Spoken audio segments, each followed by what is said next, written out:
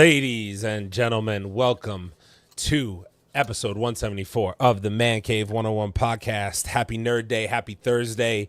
We got a lot of stuff to talk about today. Of course, I'm going to give you guys my reaction to Jurassic World. I literally went to the theater last night with my dinosaur underoos on, had a good time, ate some popcorn and candy, and I'm here to talk about it, of course. We're going to talk about Herbert into the movie theater, yo. We're going to talk about Ironheart, the last 3 episodes, including that finale, which was a little bit of a shocker. We're going to get into that in a little bit. Obviously, your nerdy news.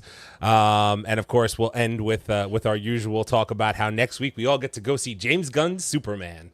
And that should be a time had by all.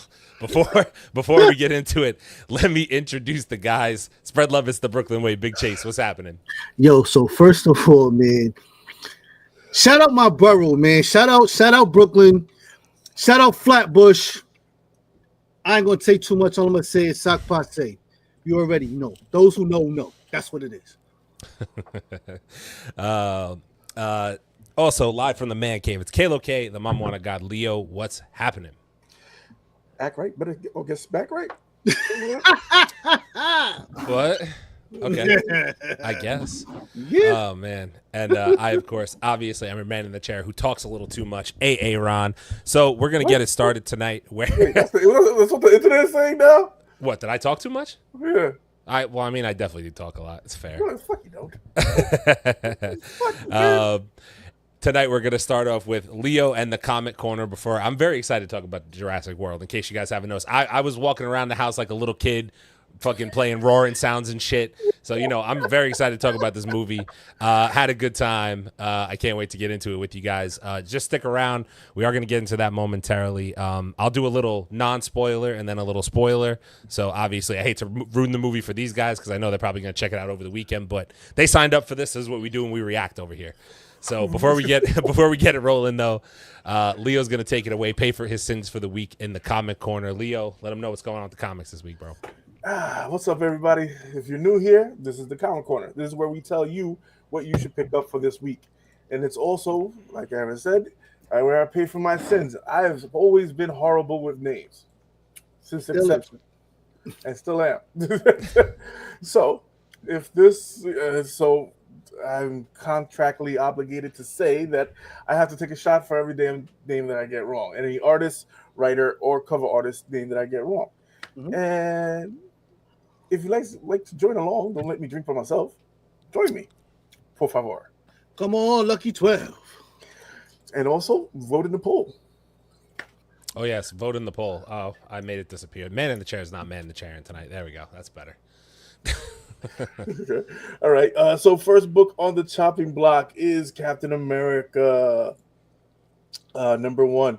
So this book has 11 variant covers. It also has the origin of Captain America and Dr. Doom's first meeting. It also has the first appearance of David Colton, a super soldier. It also has the first team appearance of the Howling Commandos, Mendoza and Slate, and is the debut of the Captain America stealth suit. So, pick up this book. Yeah, pretty much. New suit, new first appearances, new team. Pick up this book. Yeah. Frank Miller. Thank you. Chip. Let's All right. The writer is Chip Zdarsky. The cover artist is Ben Harvey. The artist is Valerio Shitty? Sheedy? Shitty? No. How about Sheedy? How about Sheedy? Sheedy? I love that guy's name. Oh, shit. Okay. Damn, that's fucking fresh. All right, next book on the chopping block. For you old heads, I am a negative space kind of guy. I love negative space comic books. And I'm sorry, but this is an old head film fact. Come on now. G.I. Joe, the real American hero. Number 318. This is the 1 in 10 variant. This is of course, it's a negative space, like I just said. I just put it on here because it's a dope ass cover, and I love, like I said, little favoritism. I love negative space comics. The cover artist is Francis Patella. Portella? Okay. Is that what you said? Portella? Portella. Okay, just making sure. The writer is Larry Hama. The artist is Francisco Segala. That's what I'm talking about here. Next book on the chopping block, ladies and gents. Godzilla versus Thor. Yo, I want to just say, I'm absolutely 100%, 1000% getting this cover just because this cover is so fucking dope. The cover's cool. The cover is dope as hell, the cover's bro. dope. It reminds me of an old school battle. The old school boxing posters. Boxing poster. Yeah, this book it also has 5 different variant covers. They're all hot, but this is the one I was like, yo, this thing looks sick, so I had to put it on here. So, all right, the artist is Javier Garin. The cover artist is Lee Garbett. Garbett. Garbett. Yeah. The writer is Gary Dugan. Yeah. Okay. I got it this right. I got it right. In the Thor aspect. Wait. I'm seeing a head shake down at the bottom. Deep in the heart of Texas. Jerry. It's Jerry. I said Gary. No, Jerry is different from Gary. It's Jerry. This is Jerry. Not Gary. Jerry. Dougie. Jerry. That's Drake. Shit. Okay. Next book on the chopping block. Even the immortal Hulk can die. I mean, Thor can die. Sorry. Number 25. So Thor's gonna go bye-bye, everybody. Hey, Aaron, how you feel about that? You know, what are you gonna do? You can only do so much plot armor for so long. Yeah. So that's Batman. All right. So this is obviously the death of Thor. Number 3, I suggest you guys pick this book up because all the death of Wolverines, all the deaths of every character was always going up and always gain value. And it's only 3 variant covers, so it's an easy cop. All right. So the writer is Al Ewing. The artist is Justin Greenwood. The cover artist is Alex Ross, and it's also a Alex Ross cover. And we know how that goes. Dope cover. Yeah. That's dope cover. All right. Next book on the chopping block is X-Men Hellfire Vigil Numero Uno. Okay, so this book has 5 different variant covers. This also has the first full appearance of Flora, the daughter of Storm and Wolverine. The anthology of the stories of the creator of the X-Men and the Hellfire Gala era. So this is all about the Hellfire Gala era of the X-Men. And it also has the first appearance of Wolverine and Storm's daughter. And Wolverine was digging in them guts, boy. Goddamn right. Out. That's what I'm talking about. See what I'm saying? Boy, God, he had feral on that right there. All right, cover artist is Mateus Manahani. Oh, damn. The writer is Jed McKay. What? Say it again. Manhanini? No. You said Manhanini? Manhanini. Yeah, that's Manhanini. You said Yeah, Manhanani. You said Manhanani. Yes, I did. Yeah, Is it so wrong? Is it right? it's not the same. It's Mahanini. Stop putting no fucking books on this there. Artist is Nitho Diaz. Okay. Next book on the topic block is X-Men Chris Claremont's Prelude to the Future Past Part 1. So if you guys are a fan of the Uncanny XMen, like I am myself, you guys should pick up this 80-page one-shot cover of the collectors of the collects the Uncanny X-Men number 140 to 142. So this is an 80-page jumbo book. So this is the one they're gonna keep doing this series for all the Uncanny, and then pick up the series from where it left off. All right. So obviously, the cover artist for this one is Salvador La Roca. The writer is Chris Claremont. Also, John Bryan. Yeah, drink. What? Drink. Brian? Burn. Burn. Burn. And the same thing for the artist. When you drink absolute straight, it burns. And if you keep your chest hair as a perm. And that does it for the Comic Corner, ladies and gents. What was that, 4, 5? 5. I treated you guys. I gave you 5. guys a little treat today. So like we always say in the Comic Corner, support your local comic book shops to your addictions as comics and a little bit of alcohol. A lot. A little bit of alcohol. A couple. Because when the drink absolute straight, Oh, it man. burns. Oh, man. Shout out to all my peoples in the chat. What it do? Yes, I'm here. Hold on. I got it for you. Under fire! This man isn't black! All right, let's go. Yo. Oh, man. Hey, so DZ, man, you know I had to shout out Flatbush earlier, you know what I'm saying? Yeah. Had to shout out, like, the social media is crazy right now. Bro. Sac passe, man. Sac passe to my family on that side, my guy. Oh, boy. Okay, so anyway. All right. Let's get to some comments. So first off, I do want to say Brother Man called us out. We did not cheers before we did the comics. So double cheers for Comic Corner and on to the next, obviously. All right. Obviously, Brother Man with the what up salam. What up, Brother Man? For those of you keeping track, Rachel did win this week. She was the first to comment. It is being said in the in the chat, so we'll get to those in a minute.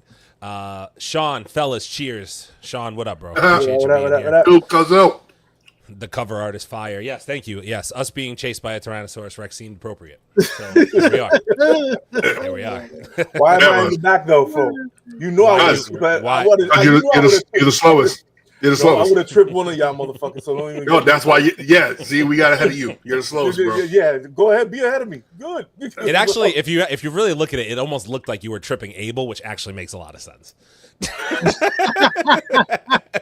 Yeah, fucking shit happens. Oh man, Torian, what up? What up, T? How you feeling, bro? Who won tonight? Please not let it be Rachel, brother. Man, I don't know how many times I have to tell you. You're gonna end up with a sty, and I don't want to hear about it. I'm telling you right now, you're gonna end up with a sty, because you know that's for real. Let's see here. Congrats, Rachel. So now you can gloat for another week. Damn you. It's crazy. It's crazy. Absolutely crazy. Did anyone else see the Stitch Gauntlet variant covers Marvel is doing now? Marvel is now pushing for. They always cross over with their other projects, and Stitch just came out with the movie. So that, I mean, they're just gonna try to sell whatever they can. There, it makes sense. Anything Money. Yeah, it's money. Talking about two huge IPs between Marvel and Lilo and Stitch and all that. It's wild. Shit.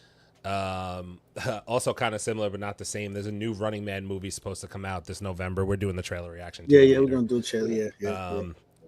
So You know how I'm about to do. also heard that a new Terminator film, Terminator New Hope film, is supposed to come out in the next year or so. They're working on another one, so we'll see how that goes. And I think Arnold's supposed to be a double twin or something. A double twin for Arnold. All right. My man can barely stand, Joe. I think, brother man, I think this is in the news. I'm gonna skip it because I think it's in the news. If Leo doesn't bring it up, I'll go back to it. I'm pretty sure. Mike Brown is the new head coach for the Knicks. Great. Congratulations. That does nothing for me. Yeah, You're winning the championship next year. Like he's fine. Yeah, like he's Cowboys fine. own that. Yeah, like, He's fine. that trademark. yeah, shout out to Mike Brown, man, and salute him. But yeah, I don't see how that helps you. But okay, you know. I mean, does anybody else realize that? Like, listen, there's no disrespect. Mike Brown's been in the NBA for forever. He's been an assistant to Steve Kerr. He's been an assistant to Greg Popovich. Does anybody realize the only time I think he won a championship? I could be mistaken. Somebody quote me if I'm wrong. I think the only time he won a title as a head coach was when he had literally fucking LeBron James on his roster. So I don't really want to hear much about it. He won with the Cavs back when it was him and Kyrie, like on the Cavs. That's not saying much in my opinion. Sorry, you had two all NBA talents in their prime on the Cavs and won a title. Yeah. I mean, Yeah, but he kept the team together, and Yeah, he Right. he told them pass the ball to LeBron, let him do what he wants. coaching LeBron is a Hey, this is is a not for- the is- Lakers and Kobe and Shaq. coaching LeBron is a formality at this point. He basically coaches the team himself, and the coach is just there as a figurehead. It's been So that way sad. for like a decade. It's so sad though because he can't win. I don't know, bro. I don't Maybe know. his own coaching style sucks. It's possible. It's possible. Brother Man said, "Hope you had on more than just underoos, Aaron." I had, I was gonna wear the Dino mask, but I didn't know if it would be appropriate. So I decided against it. But I was there with my Dino underoos on and all that. I saw the So- movie. I liked it. You saw it? Oh, I got somebody Oh, yeah. to talk about it with. Fantastic. That works. We're gonna do a reaction momentarily to Jurassic World Rebirth. Let's see here, Brother Man. What happened now? You're against me? Crazy. Yeah, it's wild. Let's see here. Did we not do a toast before the show began? We made up for that. Rachel and Torian being cordial with each other. 5 today, so I hope that helps. Hello, monkeys. It's crazy. Tell the truth. Is it worth my money? Jurassic World? Are you referring to Jurassic World? I had a good time, bro. I had a good time. I enjoyed it. But you, I mean, we're gonna get into it. I'm gonna get into it. I'll say my piece about it, and then personally, it's worth the money if you like Jurassic World. Just my humble opinion. Just You gotta like the dinosaurs. gotta like the dinosaurs, bro. But we'll get into more of that. I used to get mad ties on my eye as a kid when I woke up in the morning. Shouldn't be talking shit about pregnant women. That's how that goes. Let's see here. Like that smash button. Smash that like button. Smash that like button. Is that how that's supposed to go? Okay, smash the like button. What Fatal J said. Smash the like button down below. We are gonna get into. Oh, I see. Hang on 1 second. R.I.P. Jim Shooter. Editor-in-chief for Marvel, passed and died June 30th of esophageal cancer. He started DC but worked up to Marvel, so he's gone. I didn't even read that. I didn't read that anywhere. Oh man. All right. Damn. Rest in peace. I did not realize. So first off, waiting in the wings. Torian, what up, T? How you feeling, bro? What up, man? I'm doing great. I'm doing great. Listen, they already started popping off them fireworks already. It ain't even dark yet, and it's not even the 4th yet. They started popping them things off at 4:00 this afternoon, and they're still going off right now. I said, y'all ain't It's gonna a pre-show, bro. I said, y'all ain't gonna have. I said, y'all ain't gonna have none for tomorrow. But they got plenty. but unfortunately, like even in more sadder news, today it was announced that Michael Madson passed away. Yep, he gone. Yeah. Saw that. Yeah. Oh, wow. Crazy. And when I heard of it, the first thing I thought of was like Kill Bill Volume 1 and 2, Free Willy 1 and 2, Reservoir Dogs. Reservoir Dogs, Reservoir Dogs, yeah. a whole bunch of movies. I also remember he was. Oh yeah, I forgot he was in that Michael Jackson video back in the day too. Oh man. Oh, You Rock My World. Oh, You yeah, Rock My World. Yeah, shit. Oh, fuck. I forgot about that. Been around. Torian, did you see Jurassic World Rebirth? I have no plans on seeing that movie. I'm gonna be, and it's not. It's just. I don't have really any interest in it. I think I'm Okay. Jurassic World out. I think That's that's fine. where I'm at with it. That's cool. That's cool. No worries. I got you. All right. So we are gonna start off with Jurassic World Rebirth. So cheers, gentlemen. Jeezy and I will talk about the dinosaurs. You can spoil it for me. I don't care. That's fair. I like to ask beforehand. That's all. So I'm gonna switch this up a little bit. All right. So I want to get this out of the way from a spoiler-free type of thing. As I indicated earlier, Fatal J said, "Is it worth the money or no?" If you are a fan of Jurassic Park and Jurassic World, you should go spend the money and see the movie. That's my opinion. You will have a good time. It's not a bad movie. If you go in expecting the greatest plot in the entire world, you're going to be sadly disappointed because it's not that. It's clunky. It's a little clunky at times. It has qualms. It's not fucking perfect, but I enjoyed my time with this cast. I enjoyed Scarlett Johansson's character. I enjoyed Mahershala Ali's character. I forget the other dude's name. I'll get it in a minute. But the other dude who was the main star in it as well, the nerd, the dino nerd. I'll get his name in a minute. I enjoyed all their roles in the movie. I also want to say, and I think hopefully DZ will agree with me on this. Visually speaking, The movie looked phenomenal. Like the scenery, the colors, it looked really good. It looked really good. And I didn't have beef with any of the CGI dinosaurs, personally. No. I didn't think any of them looked bad. I thought they looked good. It's Jonathan Bailey. Thank you. Yep. So from that perspective, I would say, listen, if you like the franchise, you know, obviously this franchise has been up and down with Jurassic Park and Jurassic World, and there's been hits and there's been misses. And, you know, if you like the franchise, though, do I think this was a bad installment of the movie? No, you should definitely go see it. If you're like one of those people that's going to go see it and critique the hell out of it and be like, well, it didn't make any sense, well, then don't go see it and wait to see it on streaming or find it somewhere else by other means that we can't talk about on the internet. But I'm gonna hop right into some of the spoiler. And if you guys have questions or anything, obviously I'm gonna sit here in the comments. Yeah. Let's see here. So Jurassic Rebirth. Let's see here. A couple. Let's see here. I like the beginning. Okay. Rebirth was trash. I walked out of the theater. You're entitled to that opinion. That's horrible. That's your business. That's crazy because I didn't think it was that bad of a movie. I thought it started slow, but I thought it picked up very quickly. I didn't even fall asleep.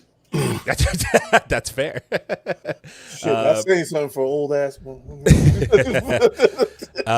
Brother Man said Jurassic Rebirth was pleasantly good in my opinion. See, it's definitely up and down. Looks like a lot of people will be streaming Jurassic Park. Probably. I mean, that's usually how these movies go. Aaron thinks he's a dinosaur. I do think I'm a dinosaur at times. That's fair. It's very much the worst one to Fatal J. It's not the worst one. That's your opinion. That's fine, but it's not the worst one. Because if you have, okay, I'm gonna look in this camera dead ass. If you can sit here and tell me that Jurassic World Dominion was a better movie than this, you're fucking crazy. Dominion is the worst movie I've ever seen in my life. It's really bad. It's a really bad movie. It's like Captain Marvel levels of bad movie. It's really bad, in my opinion. But damn, that's really bad. That's neither here nor there. But that's the worst one. That's the worst one. This movie's not that bad. It's not. It's not even close to that bad. Oh man said he hated the Nissan. Yeah, like that Dominion was rough. It had cool dinosaurs, but it was fucking rough. That's Fatal. That's fucking one. Jurassic Park 3 had the Spinosaurus in it. Don't you ever talk shit about that Asset 87 Spinosaurus. He's the fucking goat. Don't talk about it. He's the fucking goat. That dinosaur is fucking goat. The fucking Nokia, that shit is fun. Now listen, Jurassic Park 3, the fucking plot was pretty bad, but that Spinosaurus more than made up for it. He was fucking incredible. Just saying. That fucking dinosaur is incredible. Anyway, back to Jurassic World Rebirth. If you guys still have questions, obviously go off in the comments. We're gonna talk about it. DZ, beginning of the movie, you were saying. Go ahead. What were you saying? I liked it. It gave me a good sense of who Scarlett Johansson was in this movie, son. Like my man stopped in the middle of the traffic, got out his car, dinosaur on the road. Yeah, just back in there cursing. Boom. She's like, I was like, what kind of Batman shit she pulling here? Hold on now. Scarlett Johansson did her thing, man. She was fine in the movie, and you know what it was? She wasn't. I actually like the fact that, like, you know how most of the time you see a movie and it's like, oh, so and so's the lead or so and so's the main. Scarlett Johansson was a main, but she was a co-main. She wasn't just the main. Like, they highlighted everybody at times, which I thought was kind of cool. Like, she wasn't like the solo, like, oh, this is a movie about Scarlett Johansson. It wasn't. It was about everybody involved on the island. And so, I do like that she wasn't all the way good either. No, she wasn't. She was questionable at times. Where she was like, questionable, a little shady on there. She was questionable at times. And you were like, oh, damn. when they brought my second man on, the other dude. Yeah. I mean, when you're talking about of, we ran it already. I was like, oh damn.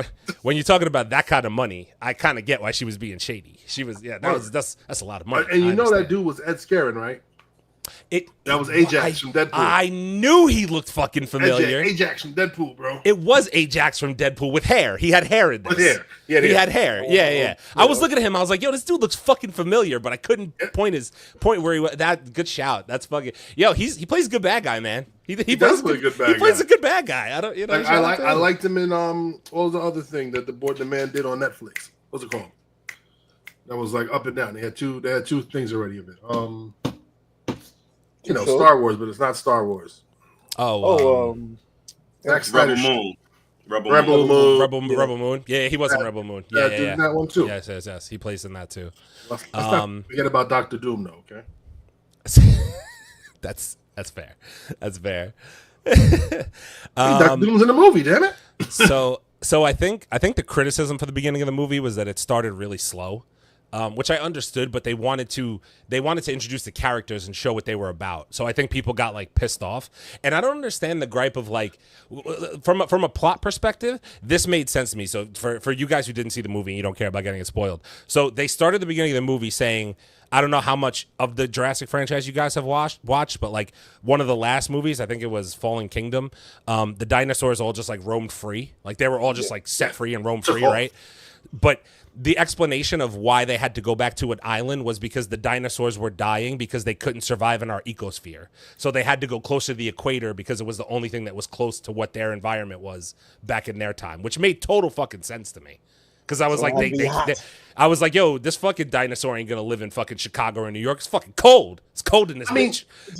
But this shit started with a dinosaur eating a motherfucker. Like the first thing you get was a dinosaur eating a motherfucker. Like what more you want? So for full spoilers, for all spoilers, so the first thing you see in the movie is the DRex, aka the Diddy dinosaur.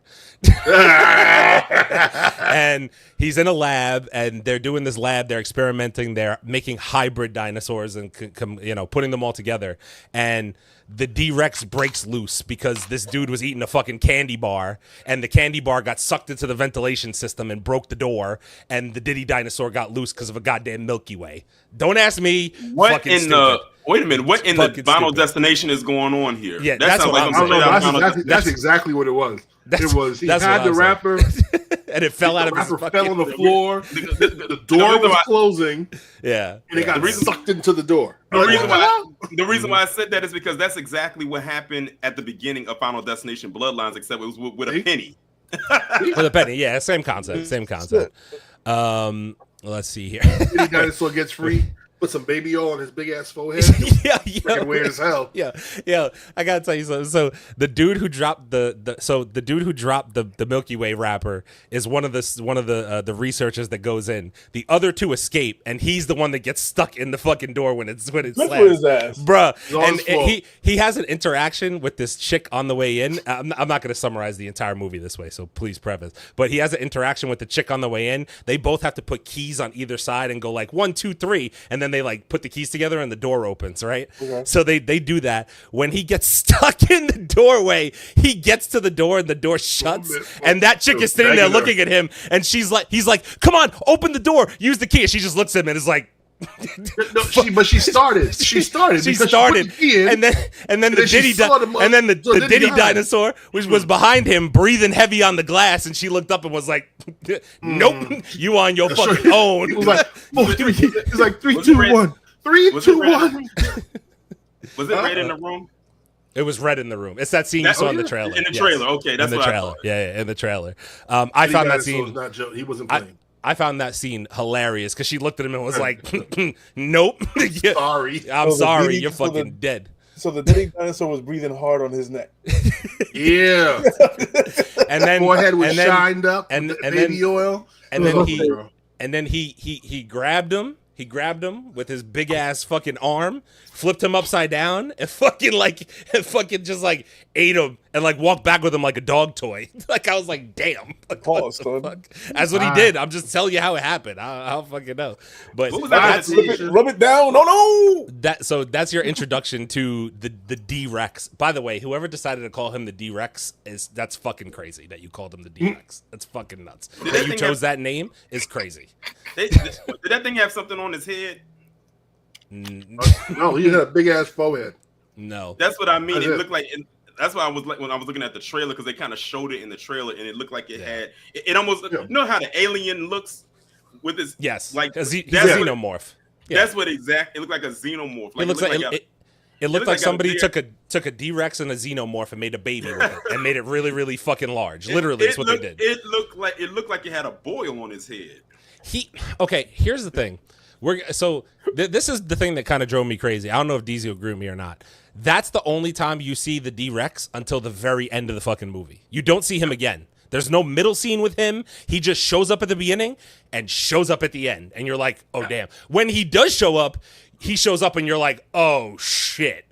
Because you're like, oh, this motherfucker showed back up. Like, I got a problem with that when we talk about that later. Yeah, you had to go get the baby oil or something? What happened? I mean, he was doing something down in the lab. I don't know what he was cooking, but I don't know. But all right. So basically, I'm going to try to summarize it now so we don't go on a complete movie review of everything. So basically, to summarize it, Scarlett Johansson and a crew get asked to go to an island, and because they need to extract DNA and blood and tissue samples from 3 of the largest dinosaurs that exist, and the only place they can exist is this island near the equator. Hence, you have to go to the island and get the shit.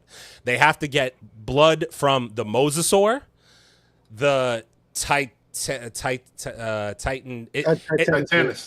Yeah, the one of the ones with the goddamn long necks and shit. That one. And the Quasal cultus, the big, aka the big ass fucking bird the size of an F-16. So they had to go get 3. They had to extract blood from all 3 of those, and samples from all 3 of those. Wait, before we continue, I just want $20 from Dogzilla. The cover art should have been Aaron trapped in the theater with the Diddy Rex crying, "Please help me." Oh, don't worry. Wow. There's another cover art dropping for our review. Don't worry about it. It involves a Diddy dinosaur. Thank you for the $20, Dogzilla. We appreciate you. Thank you, all hell Godzilla. That is all. MCU DCU sucks. Hey, listen, I get it. We appreciate you, bro. Thank you. All right, back to this. So they make their way towards the island, and on the way, there's a family with a dad, 2 daughters. One's a younger kid, and one is going to college. And they have the boyfriend who's a fucking pothead and a fucking idiot. Oh, tell me he bites it. And no. But he redeems himself during the movie, kind of. And this is where I feel like Chase will like it. At this point, you get your introduction to the Mosasaur. The Mosasaur did his thing. All of a sudden, you were just like, "Oh damn, that's a big ass fish." You're like, "That's a big ass fucking fish." He kind of plays the whole first, I guess, like maybe second act of the movie. The Mosasaur's in it for like a good half hour ish, and he's kind of like doing his thing. He destroys their boat and then doesn't go to fucking eat them because they just realize that they're not food. It's more so like he thought the boat was a threat to his territory, so he destroyed it. So that's how they played that off as why he didn't eat them. Get up off my block, son. He tried to eat them, but then they like stood on the docked boat and he like didn't go for them again, which they were just like he destroyed the boat because he thought it was a threat. I was like, all right, cool. Whatever. I can see how that can happen. It kind of made sense. I was like, all right, cool. So then the rest of the crew pick up their distress signal from this family, and they go to rescue them. So that's the boat with Scarlett Johansson and all them on it that are going to collect the samples. They pick up the kids and the dad. On the way, they're like, okay, they go pick them up, but they're like, we're not dropping you off at safety. You're coming to the island with us. For what fucking reason? I have no idea. Because they want to go get the samples ASAP. So they pick them up, and the kids and everybody are like, no, we don't want to go. We don't want to go to the island. Okay, whatever. They try to call for help on the radio, but it's a secret mission. They can't radio in. And because of that, the guy, the evil guy, Ajax, the guy who was Ajax, I don't know, I forget his fucking name, but the evil guy who's trying to get the samples and make all this money. By the way, no, that's not him. That it is him. Oh no, you're right. Ajax, it's not him.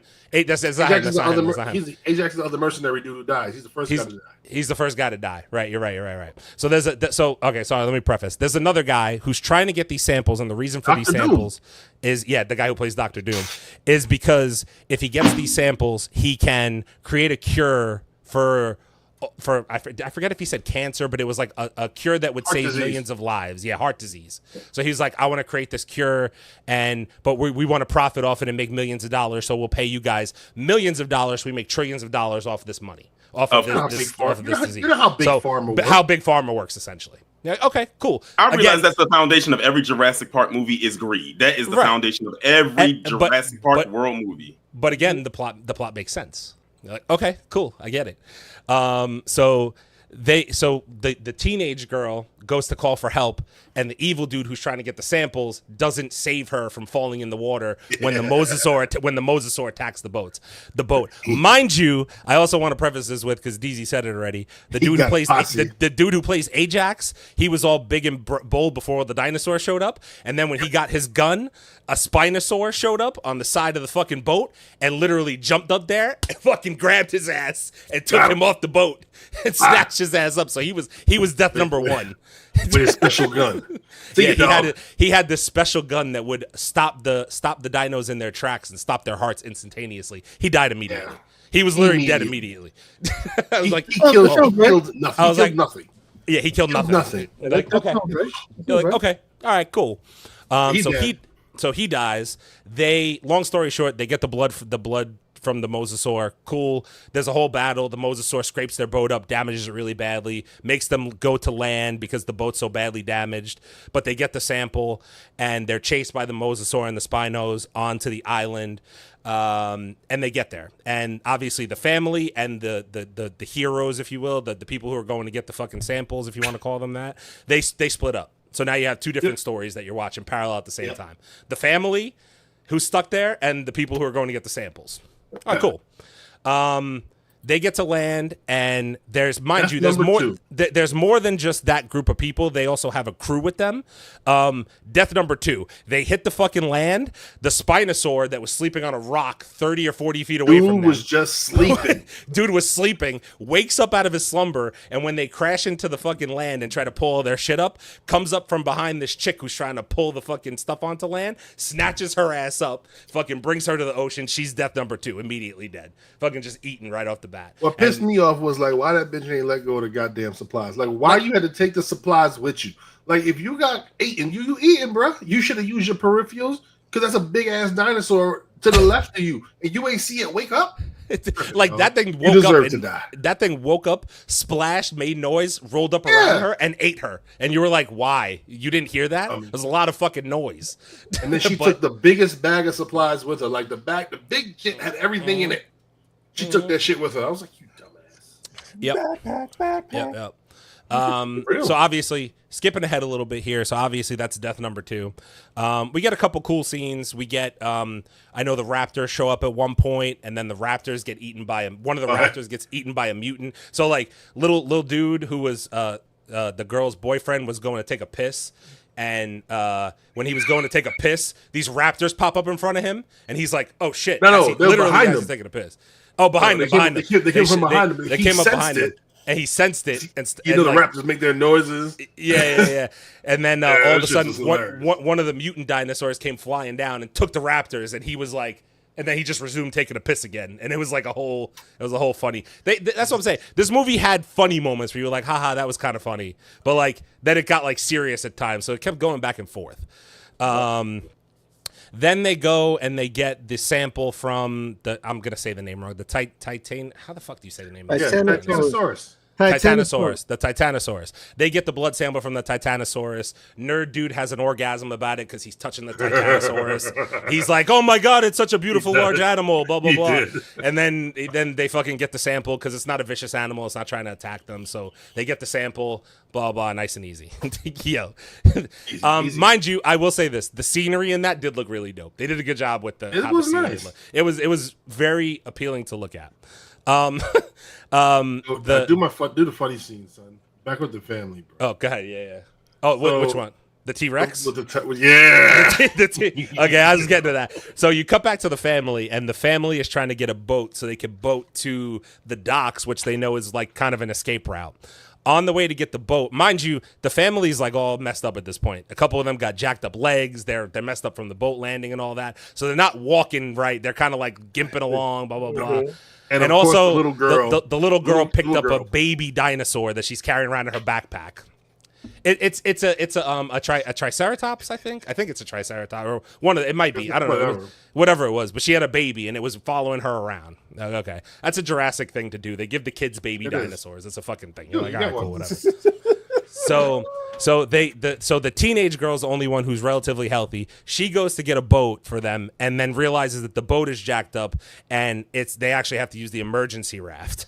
On her way in to get the emergency raft, there's a scene where this goddamn T-Rex is, first off, you see a dead dinosaur to the right. There's a dead dinosaur. There's another dinosaur where they're eating it.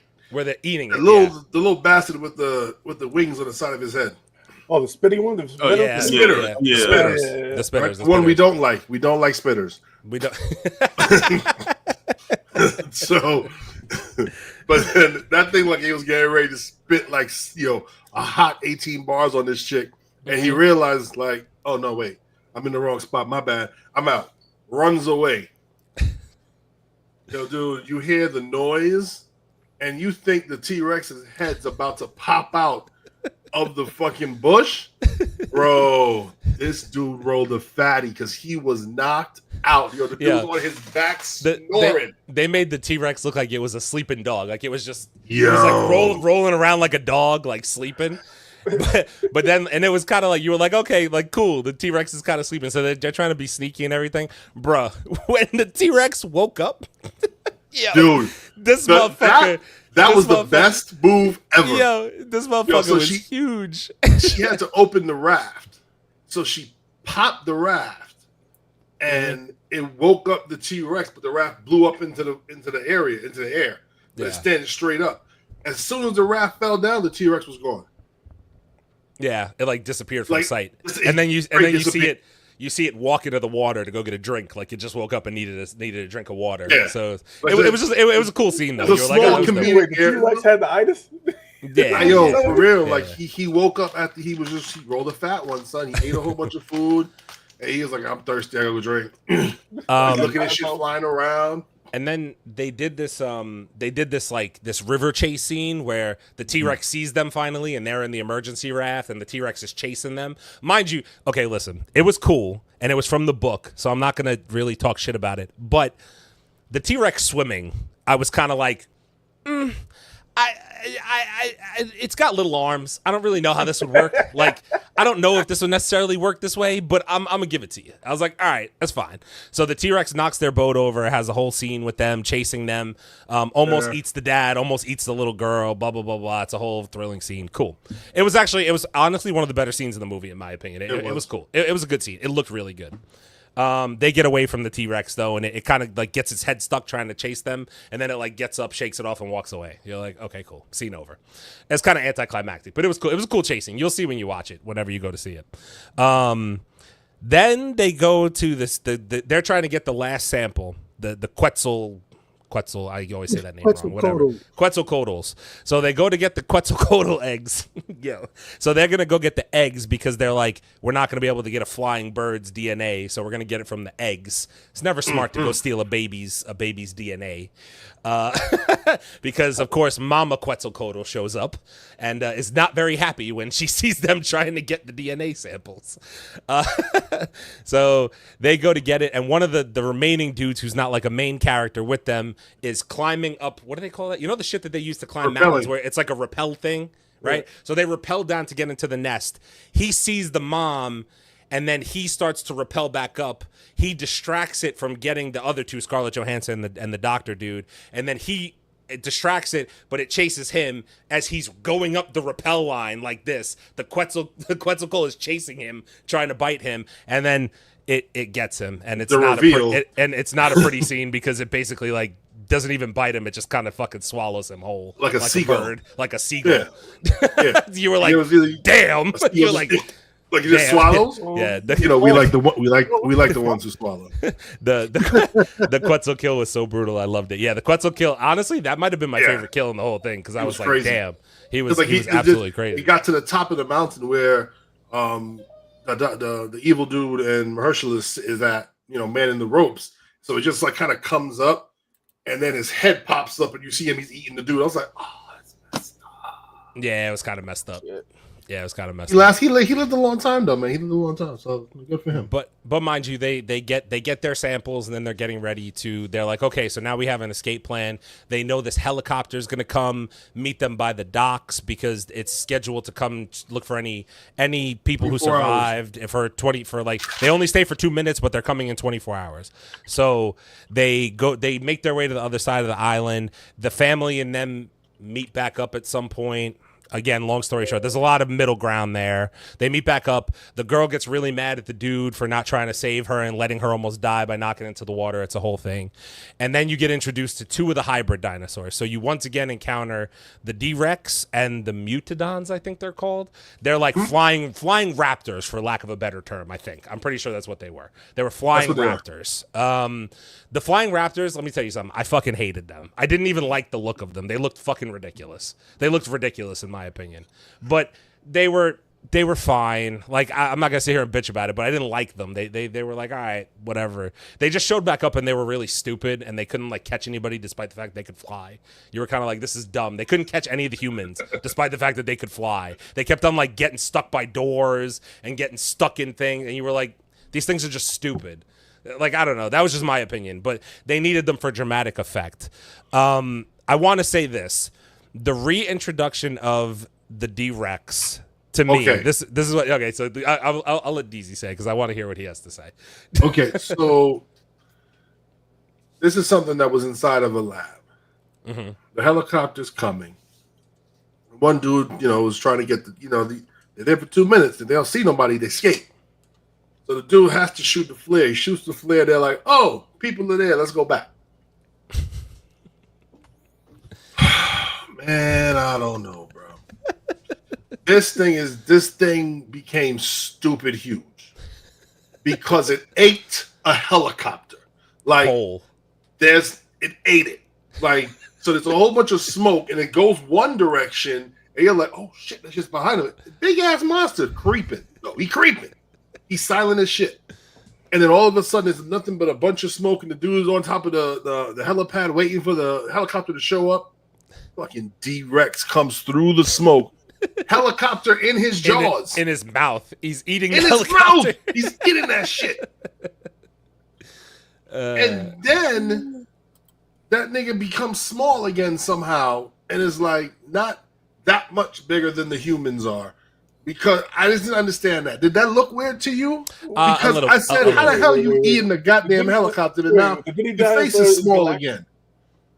No, the Diddy Dinosaur is not Galactus. I know he might be Galactus. I think they did a shitty job. Did he have purple tips on? I think they did a shitty job of explaining like how, like first off you could see that he was a big dinosaur. Allegedly he's the biggest dinosaur in the franchise. Supposedly. He's bigger than any T-Rex. He's bigger than the fucking Indominus. He's bigger than the Spinosaurus was. He's the biggest one in the franchise. Yeah, he's the biggest like maybe carnivorous one. One, yes. The Titansaurus is still bigger than it. The Mosasaurus is bigger than it. The Mosasaurus is bigger than it, I think, too. Yeah, I'm pretty sure. So I guess he's the land one. And I can't describe it, but for some reason I don't. So the D-Rex was like scary. But then he was kind of like funny looking at the same time. Like you didn't know whether to laugh at him or be scared of him. he had 4 legs, right? Because he had big ass long arms. 2 big long ass arms and then 2 little baby arms. Little tiny ones. T-Rex. So you were kind of like you were kind of like he's scary, but then he's kind of like funny looking. Like you're like he's kind of weird. I want to give him a high five with his little hands. Like right, like you were kind of like so. But he was all right. Like listen, I don't know how this all happened, but anyway, he eats the helicopter. And now he's back. Yeah. Now you're reintroduced there, and now he's basically blocking their path out on the escape raft that they found out that they could use, and they have to get by him.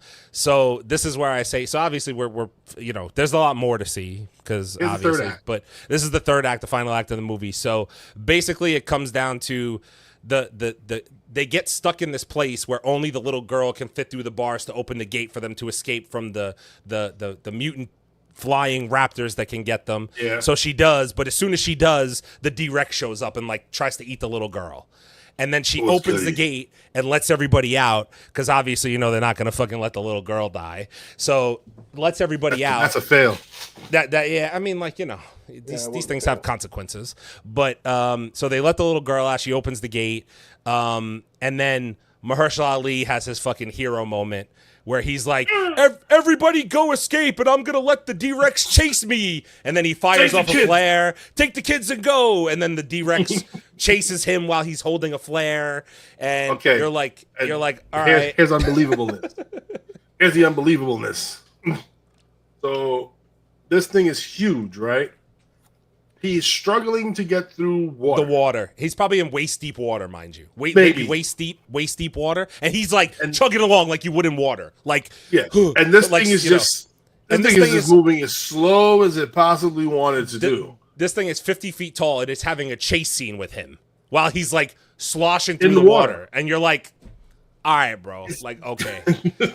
All right, bro. And then all of a sudden it corners him, and you see teeth. It roars at him, and then you cut screen to them getting on the boat, and you're like, cut back to the boat. You're like, they get away. They get away. As they're going away, you see the flare he had, and then it goes out. Yeah, all of a sudden the flare he was holding goes out, and you're like, oh, he died. It ate him. So noble. He's so noble. He's so noble. Bro, we know what happened, bro. We see listen. You don't know. No, Chase, you don't. You don't.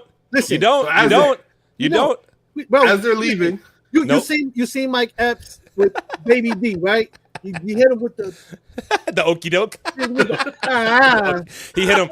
He hit the 50 foot dinosaur with an okie doke. And all of a sudden, you just see another flare while they're driving away in the boat. Off. All of a sudden, you're like, and he's like, "Hey, I made it! Yeah. The dinosaur didn't get me." You're like, oh, really? The dinosaur didn't fucking get you? Oh, okay. Now, just by y'all explaining that last part right there, now I see where a lot of people did not like this movie. It had to be on that part right there. They were 10 minutes left. It sounds to me like it sounds to me like they didn't stick the landing on that third act with that part right there, because that sounds absolutely ridiculous. Because you can't kill Mahershala Ali in a movie, bro. No, you can't. He lives. He lives. He's alive. He's an Academy Award winning actor. He's an Academy Award winning actor. So he does not die by dinosaurs. 3-4 episodes of this podcast where I said Mahershala Ali was not gonna die. Yeah, you're right. People on this podcast like they're gonna kill him. They're gonna die. Okay. Should have died. Okay. Shouldn't he didn't. Wait. This is the thing, right? So this is where I think people have a critique, and mind you, I still had a good time. I had a good time with the movie, right? But this is the 2 points that I think I took away where I was like, okay, I could understand people's gripe. That whole ending, and the reason why is because the last couple Jurassic movies usually ended with a mega dinosaur fight, where you'd see a couple dinos fighting each other, and then the bad dinosaur would die, right? That didn't happen in this one. They just escape, and you're like, the D-Rex is just out there wandering around on the island. So you're like, okay, cool. It's just out there, alive somewhere, and nobody knows what the fuck's going on with it. So, okay, cool, I guess.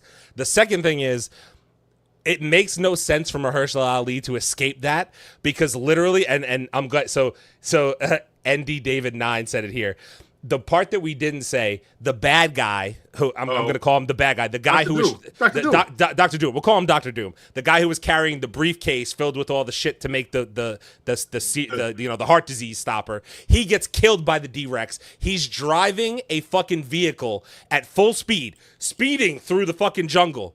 The D-Rex takes his big ass long front paw, stomps the goddamn vehicle while it's going. Ironheart style. Like Ironheart style. Stops the vehicle, flips the dude out of it, and fucking eats him. But it couldn't catch Mahershala Ali swimming in 4 feet of fucking water. Yes, I told you. Okay.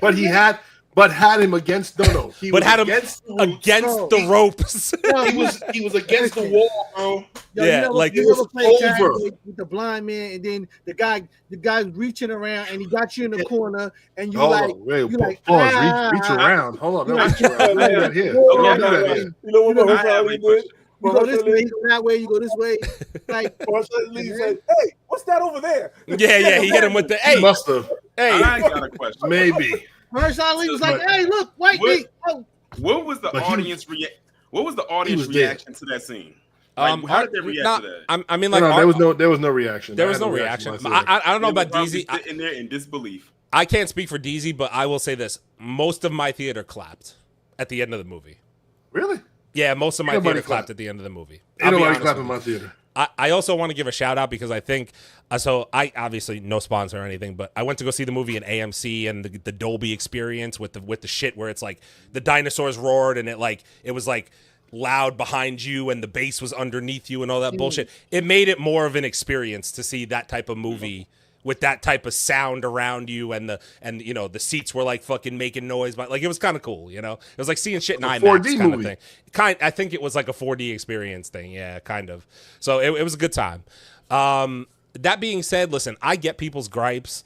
I'm just gonna call it for what it is. So how we like to end things here, as far as like I'll give you my score, and I've seen a lot of, and I actually have a slide for this because I want to talk about it for a minute.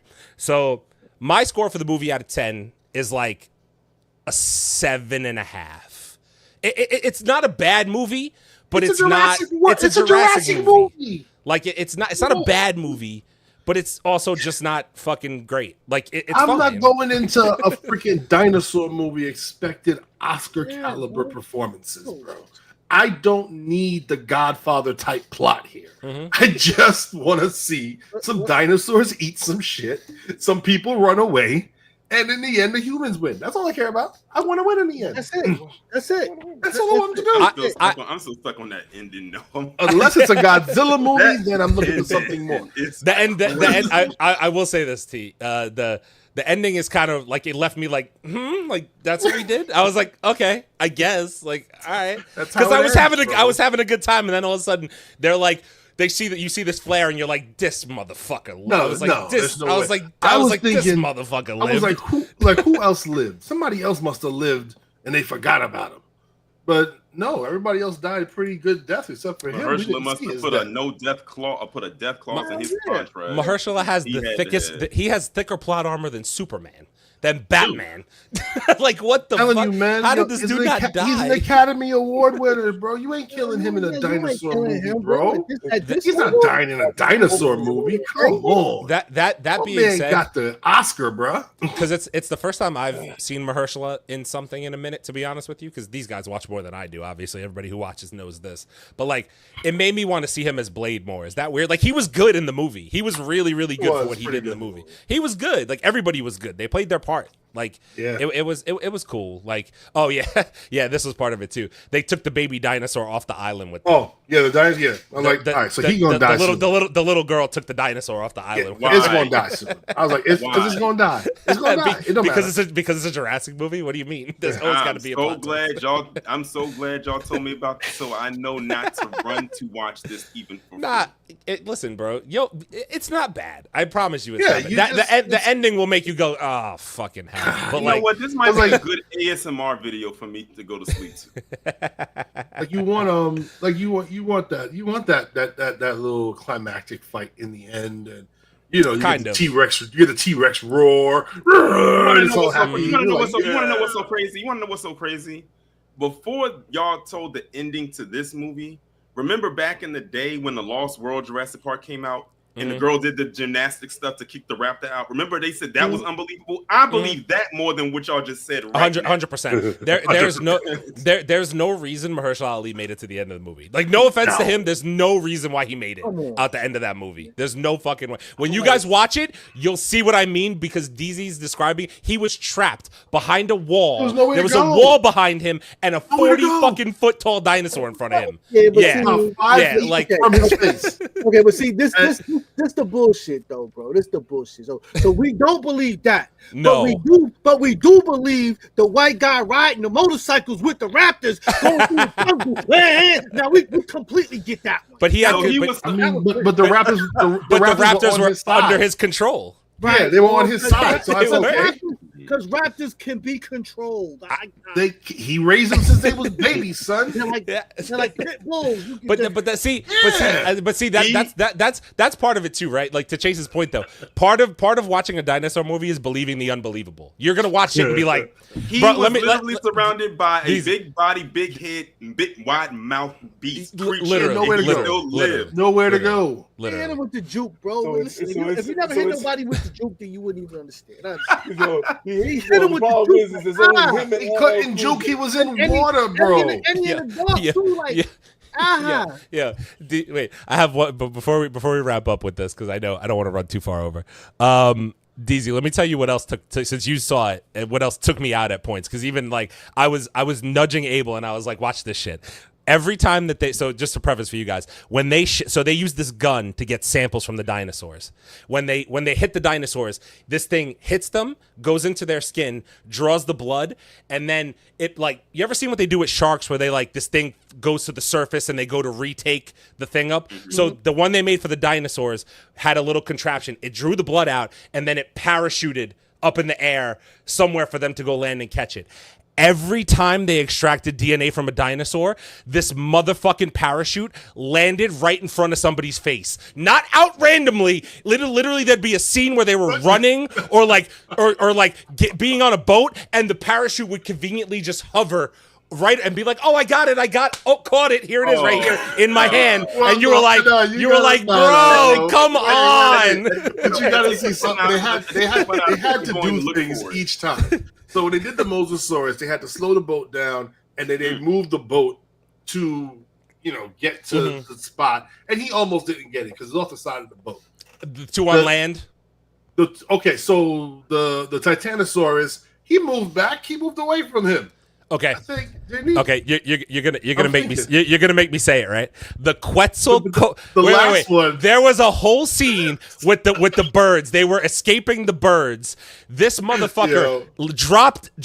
Listen to me. He dropped the fucking thing, and then he had to swing around off the rappel thing to get the thing. It literally fell in the middle of nowhere, and then this dude, his rappel line broke. He fell about. How many feet would you say? 50 feet? It was a lot. It was a lot of feet. He fell through trees, through jungle. He fell. And then this thing conveniently just parachuted down right next to him. And you were like, what the fuck is that? You were like, why? How? But that was hilarious because he fell down. Scarlett Johansson rappelled down. And then Dr. Doom and Mahershala Ali walked down. They walked down the stairs, and you were like, "This dude just fell through trees." From the air. He fell from the air through trees. You were like, "Yo, it should make no sense." But anyway, either which way. Now I'm nitpicking. Like, listen, Jurassic World. If you like dinosaurs, go see the fucking. Oh yeah, Brother Man said it had to be 100. Had to be 100, 200 feet. This dude fell 200 feet, hit 50 tree branches, and landed in a fucking thing of water. And then this blood sample parachuted down 5 feet away from him, from 200 feet in the fucking air. It landed 5 feet from him. That's the most you were like, unbelievable one. "Oh my god, how?" Like how? It made no sense. No, that's terrible. Yeah, there was zero wind on the island at all. None. Didn't even attempt to take it. Crazy. Let's see here. literally cornered. Literally cornered. Mahershala Ali was cornered by teeth. Nowhere to go, bro. Crazy. Wow. So you saying the DRex was long in the tooth? He was maybe his eyesight was bad, bro. I don't know. Maybe he couldn't see. I don't know what he did. But I mean, like, listen. In fairness, Mahershala Ali is a dark brother. It was nighttime. Maybe he couldn't see him. I don't know. Chase. He took the flare. He turned the flare out. He said invisible. He just blended in real quick. He said invisible. He John Cena him. You can't see me. Oh man! I don't know, man. Dinosaur movie. I agree with you. 7.5. Yeah, it's good, bro. Go see it. It's right where it needs to be.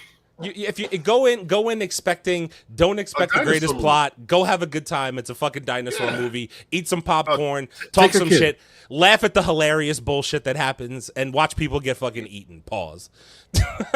That's all. That's all I got to say. Go have a good time. Dinosaur movie. Okay. It's a dinosaur movie. Go have fun. Last couple comments. Jurassic Park Rebirth gonna take away some of the Superman box office in July. W. Not at all. Superman's gonna make $1 billion. It's gonna make $1 billion. $1 billion. Make $1 billion. Make $1 billion. Everybody in the theater gasped when that happened. It was kind of funny, better than what we saw on screen. The people in the theater synchronized on that, and it was something. Oh, the Mahershala Ali scene. There, I think at the end, everybody was kind of like, oh, like I felt like a collective, like, oh, he lived. We were like, oh, he died a heroic death. Like, okay, cool. But then he didn't die, and you were like, oh, all right, I guess he's alive. Cool. Like, I guess he's going back to grab a beer back on his island where he was. Cool. No, I would have left his ass right where he was at. I mean, that's the other thing. You're gonna turn around and get him, knowing that thing could be somewhere by. I'm like, yeah, it was a good run, bro. You did the noble thing. Peace. Swim, motherfucker. Dinosaurs always make money, though. Oh, I'm sorry. One more thing, and then we'll get on to the news. So I wanted to post this. Sorry, we're gonna get into that in a minute. Let's talk about it. Gonna get into that in a minute. So I wanted to put it out there because we love to do the Rotten Tomatoes thing. For what it's worth, Jurassic World is sitting at a 52% Rotten Tomatoes for the critics and a 73% on the popcorn meter for fans. This is normal for a Jurassic film. They usually do really well with the fans, and then they do really bad with the critics because people are always, critics are critics and they hate the plot of the movie, so it is what it is. So these numbers make sense to me. If it stays where it's at now, it's going to be like the 4th ranked movie in the franchise according to the critics, and that's honestly, that's about right for me. It's about like middle of the pack. Yeah. It's not better than Jurassic World to me, and it's not better than Jurassic Park, so that's where I'm going to put it. I'll put it right in the middle. I did like Jurassic World. Jurassic World, the first Jurassic World, I had a good time. I wasn't expecting much of it because it was like a huge gap between that in the 3rd movie, and then they changed it from Park to World. So I wasn't expecting much, but then when I looked at it, I was like, oh, they finally got this park complete after all these years, only for it to get destroyed. Yeah. See, Aaron, look, there you go. You have it right there on the screen. What? That mouth figure in the mountain? That's where they were. Yeah, see that little mountain space right here? He fell from there all the way to the bottom. He fell from there all the way to the bottom, and the parachute landed right next to him with the blood sample. Wait, he fell from that high? He fell from that high and lived, and then picked up his sample. I can see how that can happen. Aaron, say Quetzalcoatlus. I can't say it. Quetzalcoatlus. I don't know. I don't care. Fuck you, Polar. All right. Now that we ranted about Jurassic World, cheers, nerdy news of the week, and all that good stuff. Let's get it. Obviously, if you guys are here, it's going to be a little bit of a longer episode. We got Ironheart to talk about. We got news to talk about. So stay with us. We're going to have a good time. Movie reviews all of July. Superman next week. Fantastic Four in another 2 weeks, 3 weeks. Just movies. Don't get the fucking Smurfs, Aaron. I'm not seeing the fucking Smurfs, Torian. Aaron crashed out in the DM when I had mentioned about the fucking Smurfs. You see the Smurfs, bro? The Smurfs.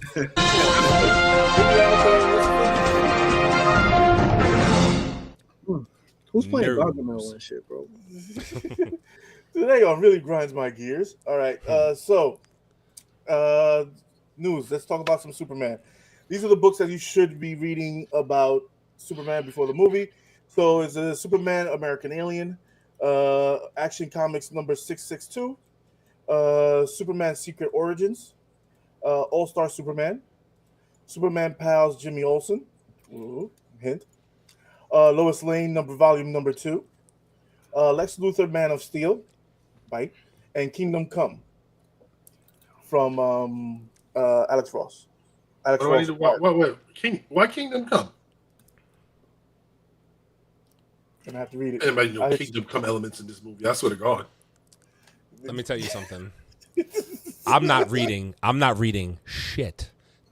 I'm not reading shit. You know why? Because if I have to see one more stupid clip of this movie before I go see it next week, I'm really starting to. I was really the one on this podcast that was trying to be positive, and the more clips that come out, I'm really getting fucking sick of it. I'm over it. It's gonna be incredibly goofy.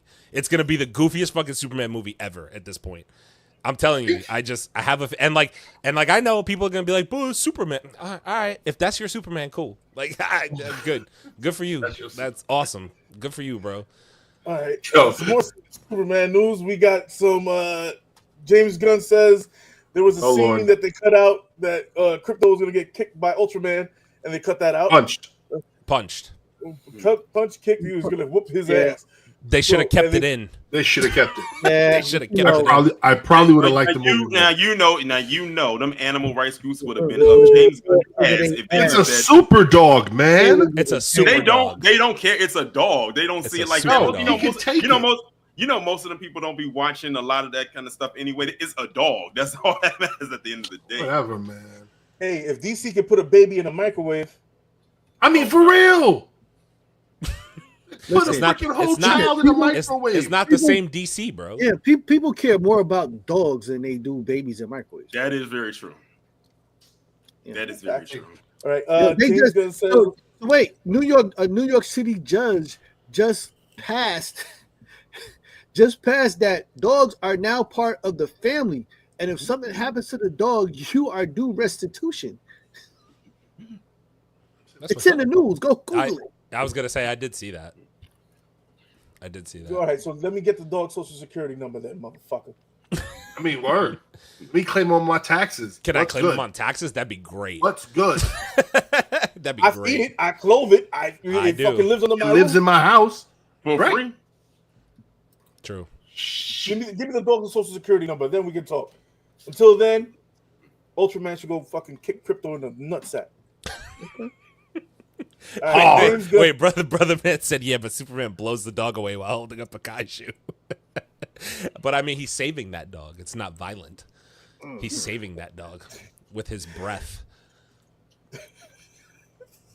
All right, James Gunn says Crypto cannot team up with Eagly because he would probably eat him. But we could kill the bald eagle though, right? Of course. Told you. Told you it was They said they're near extinction anyway, so hey, what's one more? told you. Damn, we're gonna get fucking canceled. All right, Kaiju number 8, Harishina's Days Off airs July 5th. Wait, can we just power hour some anime here for a second? So, Kaiju number 8 is July 8th. You said next week, July 5th, right? July 5th. So this weekend. On Saturday. Season 2 of Dandadan came out today. Started today. and then what? There's another one that's coming out too.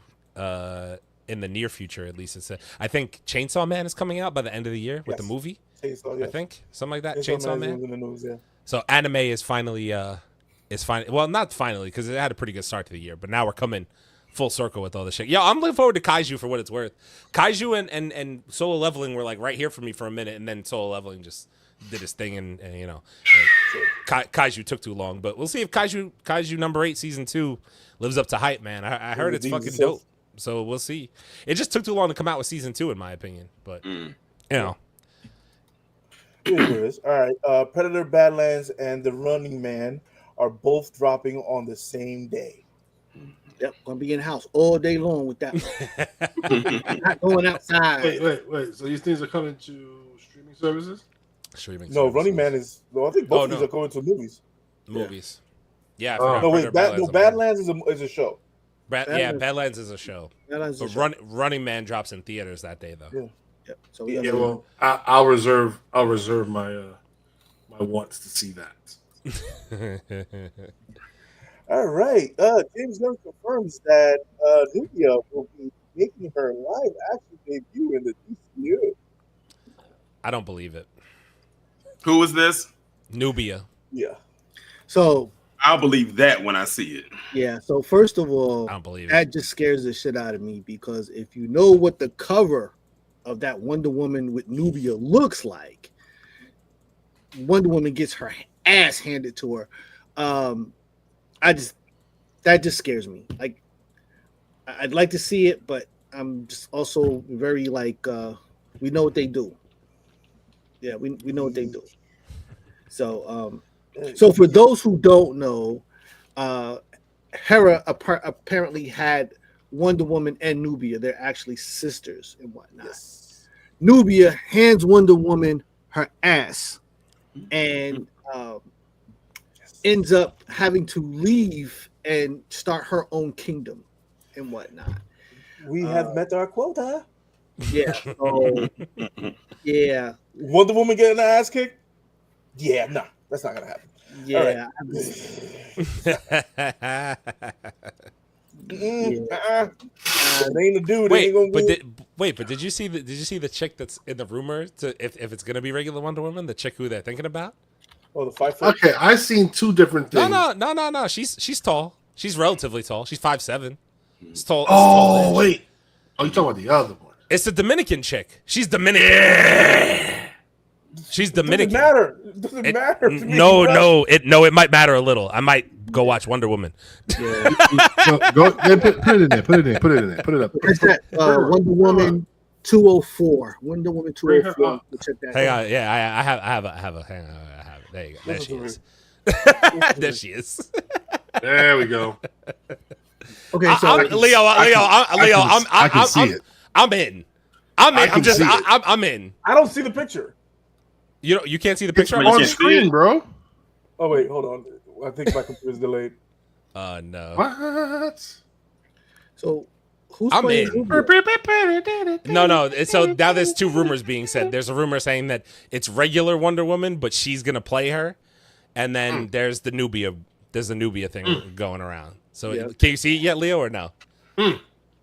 It's coming up now. It's coming up now. Oh, his computer's delayed. Wow, that's crazy. Okay. Leo Leo said okay. Leo working on that Dell. See, this is not fair. You put her in a green dress. You know how I feel about green. Yeah. I mean, like, listen. I just calls it like I just calls it like I sees it. If I have a Dominican Wonder Woman, I'm kind of locked in. Oh no, this will never happen. Come on, why not? I am telling you, it will never happen. Listen, Wonder Woman. Apparently, she said that James Gunn got her first like acting gig and made her like popular in Hollywood, and that's why she would do Wonder Woman if he asked. Like there was a whole interview with her about it. Apparently, that's the rumor. I don't know what movie she did with him initially. It wasn't obviously anything that we know of, maybe, but apparently James Gunn got her first like big acting gig in Hollywood or something. We find out James Gunn wants to try some mofongo. You fucking pervert. So, brother man, brother man, she's 5'7". She's not 5'2". She's 5'7". Yeah, the Belko Experiment was her first big movie. Listen. She's 5'7". If Robert Downey Jr. can play Iron Man and he's fucking 5'5", she can play Wonder Woman at 5'7". It's fine. Damn. We make exceptions for these things. She's tall. She's tall for a woman. She's tall for a woman. 5'7". Yeah, she's tall for a woman. Fuck, she is, bro. 5'9" is a normal height. No, it's not. Stop it. It's definitely not. Oh shit! Oh my god! All right. You don't think James Gunn would do a Dominican Wonder Woman? Come on. Fuck no! Come on. Now. I think she's. By the way, I think for what it's worth, I think that I don't know where she's. Oh, she was born in San Juan, Puerto Rico. So Puerto Rican. So there you go. She's apparently her nationality is American, Puerto Rican, and Guatemalan. I thought she was Dominican. Shit, you better be careful around these parts. Fuck around. So she was born in Puerto Rico. She's born in Puerto Rico. Okay. Yeah, she's born in Puerto Rico. Careful around these parts. Just saying. Nah, listen. This is not gonna happen, bro. Like, we know what them quotas look like around here. Plus, if they do it, it's just gonna get cheapened. If you read the original story, then this just makes me cringe that James Gunn would even handle some shit like that. Oh, this makes even more sense. She's dating Jason Momoa. Oh. She's dating Jason Momoa, and he's fucking Lobo. This is happening. I'm telling you, this is happening. This is happening. All right. You shake your head. All right. He's already in the DCU. He hasn't been wrong before. Just saying. That's happening already. He hasn't been wrong. I'm telling you. If they put a Latina as Wonder Woman. Yo, they're gonna lose their shit. But she should be a professional at wielding weapons. It's fine. Yeah. Hello. Especially if they give her the sword. Oh, come on, bro. Yeah, the sword and the shield. She should be able to whip that bitch like a chocletta. It's great. Yeah. It's great. It's like a frying pan and a knife. It's great. Come on, man. What are we talking? It's the same thing. It's the same thing. Hell? They are gonna I'm lose. tripping. I'm gonna keep watching my door over here in case anybody's. Your screen go black quick. My door is open, but we will tell your story. All right, We will tell your story.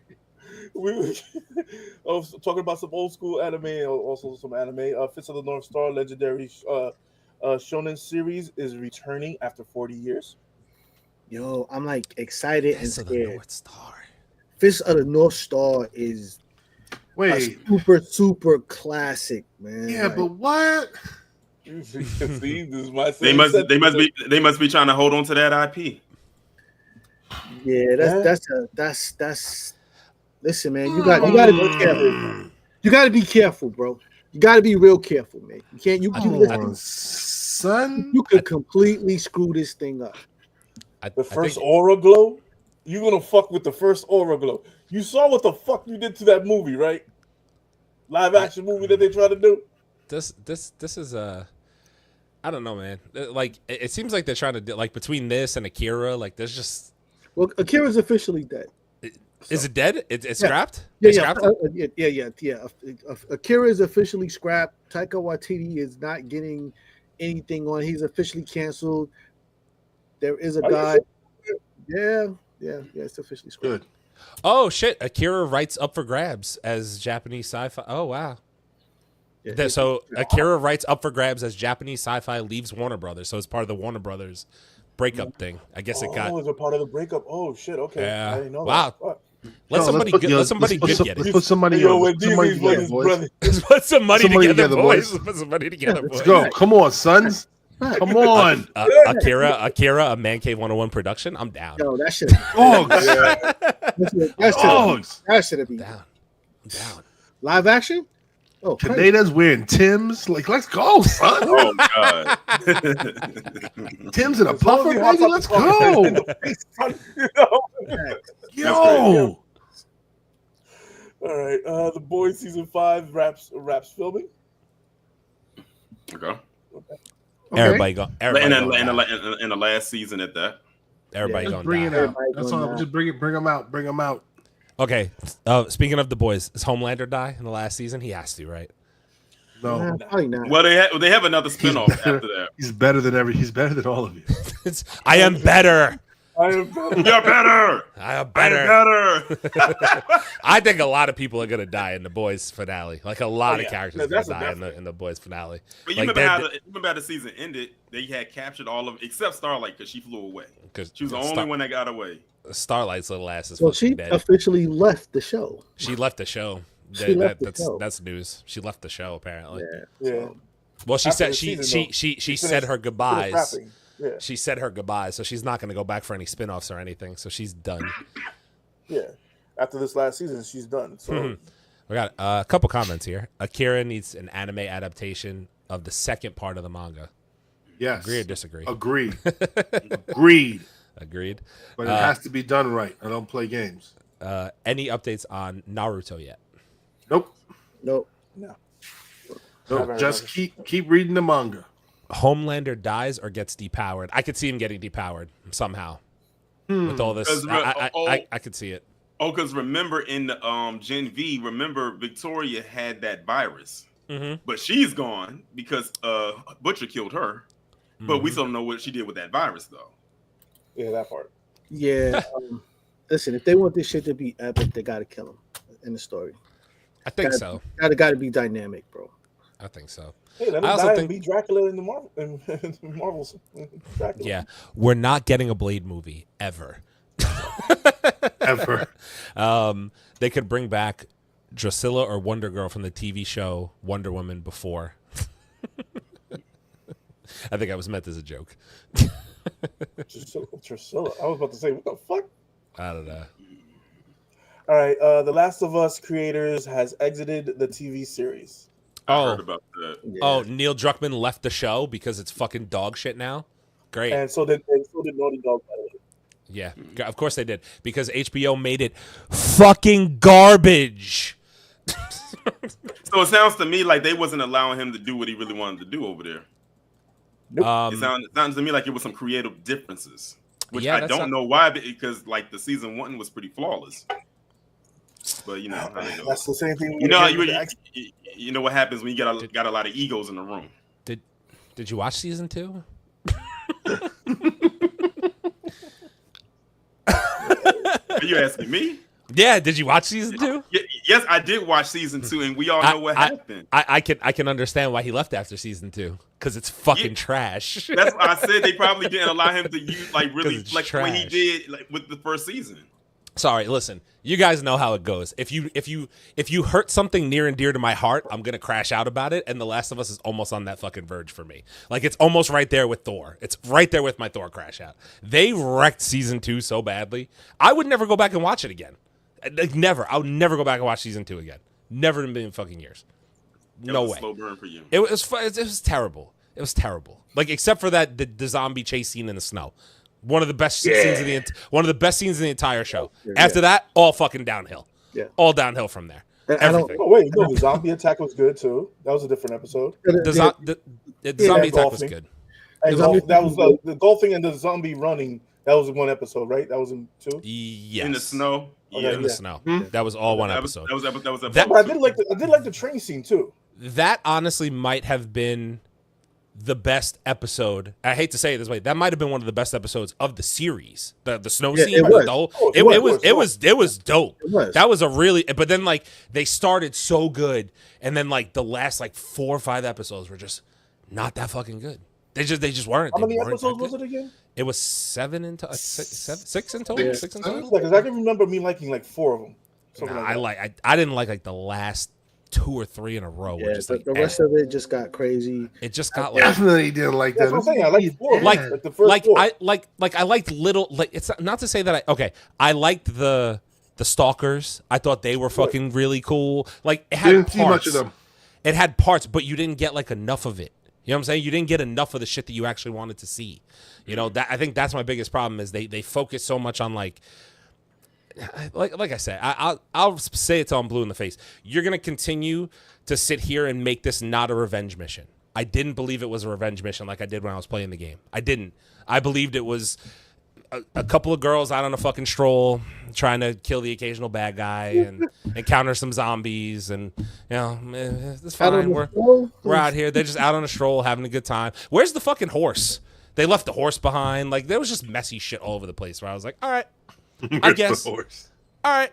The horse is still in the record shop. I don't know. I don't fucking know. You want to know what's concerned about the horse, but you want Crypto to take a kick. You want to know what's so funny is that Pedro Pascal, like I think after his, Joel gets killed in episode 2, people was like, "Oh, it's gonna go downhill from there." And they was pretty much, and they were pretty much right. But these are some of the same people that are complaining that Pedro Pascal is in too many things. Now you want him back. I'm gonna need y'all to make up your minds. Do you not want to see him, or do you want to see him? I think that part. I think the problem is that. Okay, this is where I don't want to go off on a whole Last of Us tangent, but I think they could have extended his time with The Last of Us. I feel like his death was very, very quick. You got to see him you got a season of them building. Think about it this way. How many episodes did you really get of the Ellie and Joel story bonding? You got a whole game about it, basically. An entire game that lasted 20 to 30 hours. But in the show, you got 6 episodes of them really together on a journey. Not the whole first season. They didn't get together until the 3rd or 4th episode. Yeah. It was like 6 episodes in total, dude. And then think about it. And he was still treating her like shit in the beginning anyway.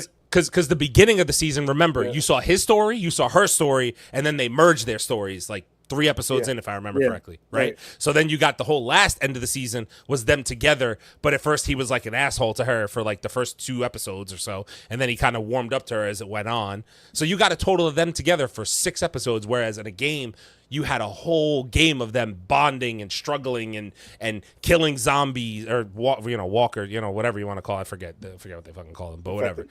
But yeah, infected. You got it was a whole thing, and you got 6 episodes. It's like HBO condensed everything so much. You could have spread this out to 3 seasons. The shit we got already. You could have done 3 seasons. You know what it is?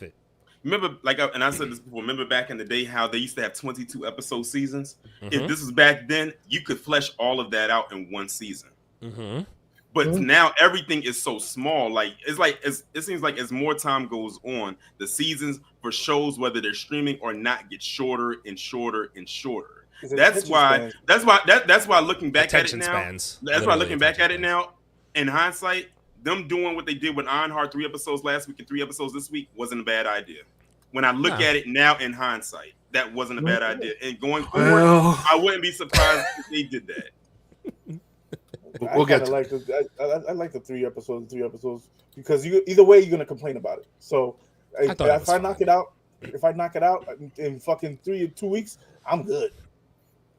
Yeah, all right, didn't get it over it. Season 2 of Obi-Wan Kenobi is in development. Why? Why? You ain't like the Obi-Wan Dark Vader? Why? No. Why? We do, but bro, here's the thing. They didn't really need a second season. You're saying that. You are saying that. I didn't say the show was bad. I said why. You saying give me another season. You don't watch Star Wars. Not like that. No, you don't. That's why I'm saying why. Not like that. But the show was fucking good. I like the show. I don't give two shits. I am done with Obi-Wan Kenobi. We're finished there. It's over. Leave Obi-Wan let it go. Let it die. Give me 16 more seasons of fucking Obi-Wan and give me. It would be stupid. I want to see him flipping pancakes. I want to see him flipping pancakes and feeding. I don't care about Obi-Wan flipping pancakes. Stop. I don't even know why. I don't even know why they need a second season. They don't need one. It's stupid. What are you going to show me? Bullshit. No one's going to like it. It will get fucking rolled all over the internet. First of all, they're making these shows and it's entirely too inconsistent. This no one's doing anything beyond a season.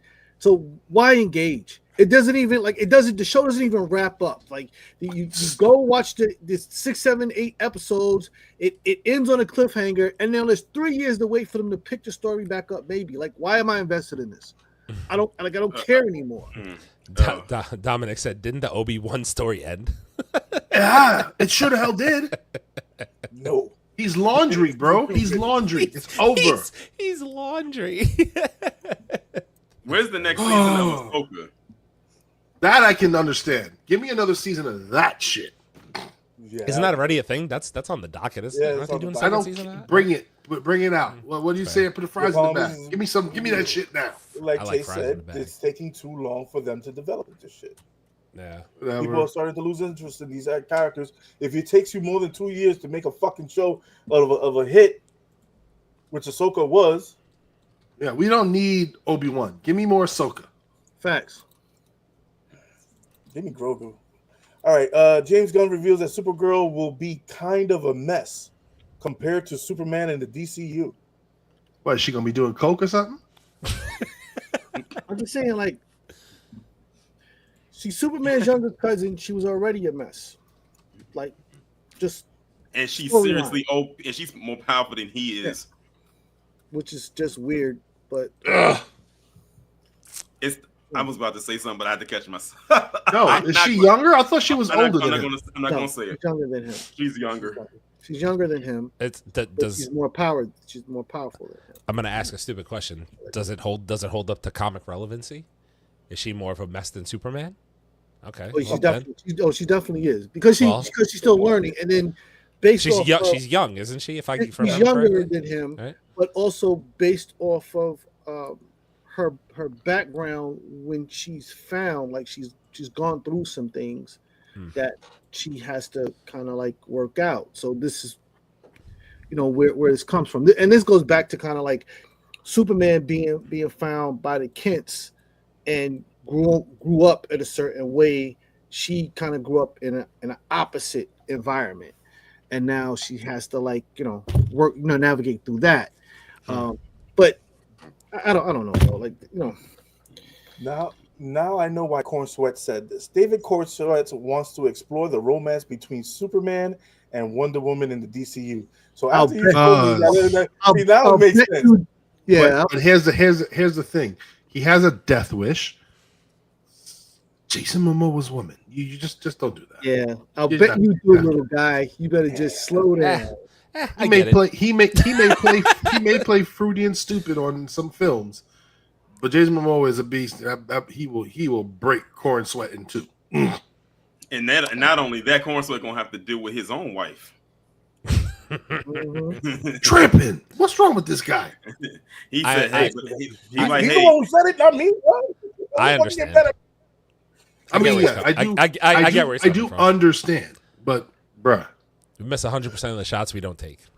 You know what I'm saying? I understand. Yeah, make sure you get a shot in the mouth. Man was sitting there going, Puerto Rican Wonder Woman. He better just keep his warm-up on and sit his ass on the bench. Jason Momoa gonna go back to his Aquaman days and hit him with a harpoon. Yeah. I promise you, Corn Sweat messes around and that actually happens. Wait till Momoa actually gets to be Lobo and fucking put hands on Superman. Oh, I forgot to hold that punch back. Receipts, baby. It's receipts. We got about that scene. That one time. But knock your ass out real quick. Hold that real quick. All right, so this is Phase 6 for Marvel Studios. So we got Fantastic Four, obviously, Marvel Zombies, Wonder Man, Daredevil, Born Again Season 2, Punisher, Spider-Man, Brand New Day, Vision Quest, Avengers Doomsday, and Secret Wars. That would have been a lot easier. Let's see. Is Punisher still going to be a special, like it's a feature? Special presentation. Presentation? Yeah. Okay. Yeah, special presentation, apparently. Yes, that's the rumor. Okay, I'm seeing something right there in the middle. What is the Mighty? Is that the person who posted it? That's the person who posted it. Yeah, that's the person who posted it. Okay, I'm about to say. I was about to say right quick. What was that? I was about to say You Mighty Miles. ain't Like, tricking me, minute. Marvel. I see it, Marvel. Easter eggs. So, okay. What do you think? What are you thinking? Here's what I'm gonna say, because when I looked at this today, I thought of a couple things. So, Punisher was in Daredevil Born Again Season 1, right? Yes. And then he's supposed to get a special presentation. Now, given the Marvel delays with Doomsday and Secret War, so now we're not getting Doomsday until next December. Right? So we're not getting it until next December. So the rumor about Brand New Day is that we're supposed to get a toned down version of Punisher in Brand New Day. So are you going to get a fully toned up Punisher for his special presentation, and then you're going to tone him back down for Spider-Man? Is that what you're going to do? Which is telling me that you have to. Which is telling me that his role in Brand New Day may not be that big of a role. I think he's gonna have to help Peter Parker. Yeah, but I don't think he's going to help him in a way that you may think. Now, I can understand what they'll do with that. The special presentation can be a special presentation. Mm-hmm. It should be TVMA. Probably. Oh, definitely. Probably. Yeah. In a Brand New Day, you cannot put a TVMA Punisher in that movie. Of course you can't. That's the problem. No, you can't. Yeah, that's the problem. Because that IP is more than adults. Sony Way more won't than let them adults. do it. Yeah, Sony won't let them do it in general. But you know what? It's more than that, but I get what you're saying. They wouldn't do it. It wouldn't happen if it was just MCU. If it was if it was strictly Marvel, they wouldn't do it either. Yeah. Because you cannot alienate that fucking segment of like under 14. Those little ankle biters. Those little ankle biters are going to see that because they love Spider-Man. They're making their parents go see that. Oh yeah. So you and can't. The thing is, I just want to get the comic book cover. That's it. That's what I want to see. The Spidey comic book cover. Yeah, I am so buying that comic. The yellow one, right? Yep. Is that a Spidey comic or is that a Punisher comic? It's a Spidey comic, right? Spider-Man comic. Right? Amazing. And also too, Brother Man actually made a good point. They didn't put Eyes of Wakanda on there. And that comes out after Fantastic Four. Yeah, Eyes of Wakanda is. I forgot about that. By the way, trailer reaction coming soon for that. So Amazing Spider-Man 29. So basically, it's Fantastic Four, Eyes of Wakanda, Marvel Zombies, Wonder Man, Daredevil, Punisher, Spider-Man, Brand New Day, Vision Quest, Doomsday, Secret Wars, in that order. I mean, and to be honest with you, that actually does make the most sense because now they're talking about relaunching the MCU after Secret Wars, which also makes a ton of sense. Basically making it the Mutant Saga and all this, that, and the other thing, or whatever they're going to do. I'll be honest with you, of all these projects, this is just me. I don't know how you guys feel. I'll kind of let you guys go, but Marvel Zombies, Wonder Man, Daredevil Born Again season 2. Listen, I was a little let down by season 1. I need a little more in season 2. You got some work to do. Got some work to do, but I'm still gonna be excited about it because I love those characters. Punisher, TVMA, sign me the fuck up. I'm here. Like, let me know. I'm locked in. Spider-Man Brand New Day. All right, you got me. Vision Quest, white dog shit. Don't fucking care. I was waiting for it. Don't give a flying fuck about it. Come on, man. It's Vision. It's No. Vision Quest. No, It's Vision part of the Quest. continuity. it's white dog shit. Vision Quest. I No, don't care. It's Vision. They didn't give you the rest of the title. It's Vision Quest for white, Melanin. It's white. That's what the rest of the title was. Quest. It's just too trippy. They can't put it all out right now, or else people won't want to watch it. And honestly, this is just, again, Doomsday and Secret Wars. Listen, we know, man. If they do it right, we know we're gonna be there and seeing it, and we're gonna be excited about it. Wonder Man and Vision. Wonder Man and Vision Quest, bro. I don't care. Like, I wish I cared at all. I don't care. I heard the plot behind Wonder Man, and It's I'm just dumb. saying to myself, It's saying to dumb. myself, what in the hell? It's dumb. It's dumb. His role. I was like, that's the plot. His role, Wonder Man's role, is to give Vision back the melanin. That's it. That's all he's here for, baby. That's all he's. Just know that Wonder Man and Vision Quest for melanin is they go together. Listen, in said case, I feel really bad for Yaya. Yes. Because why can't this dude who's actually a pretty freaking good actor get a goddamn role that matters worth a damn? Worth a damn. Whoa up. Because Yaya's good, bro. Say whatever you want about him. Yaya's dope, bro. He's good. He's a good actor. I love him. He's a good actor, bro. But he's fucking Black Manta and fucking Wonder Man. Wow. There you go. Wow. Great. Awesome. They should have spent off with Black Manta, bro. Like, Black Manta would have been. Oh, I mean, look, didn't he play Dr. Manhattan on Watchmen? Yeah. Oh, he did. On HBO. He did. That's right. Yeah. I forgot he did. Yes, sir. Yep. Yeah, brother he's talented, man, but you just keep don't getting get like You just keep getting these freaking throwaway roles, bro. Like, don't throwaway roles. Unfortunately, Like you said, The thing is, it's not throwaway roles. First off, Watchmen was a fucking dope series. I have to watch it. They didn't want to tell the truth in that. Fucking Lovecraft Country, dope show. Oh, yeah. They couldn't tell the truth about. Yaya was in that too. No, Jonathan. No, he wasn't in it, but I'm just mentioning dope ass shows that. Tell him why you mad, son. Tell him why you mad. Yeah. Okay. You know what I mean? So these are dope shows that don't get picked back up just because. Yeah. Yeah. I get what you're We've saying. met our quota. Yes. I get what you're Yes, saying. basically. I get what you're saying. Dre Max Show says, just coming in, already loving the content. What up, Dre Max Dre? Show, What up, Jake? we appreciate you, What it bro. do, homie? Thank you. Appreciate you popping in. Thank you so much. Now, bro. All right. Wait. So I'm gonna pull this down real quick. So Vision Quest is only multiverse movie in Phase 6. I mean, No, Doomsday is also multiverse. Doomsday, Yeah, I'm like, Fantastic Doomsday, Four. Fantastic Four. Four. It is Vision Quest a movie?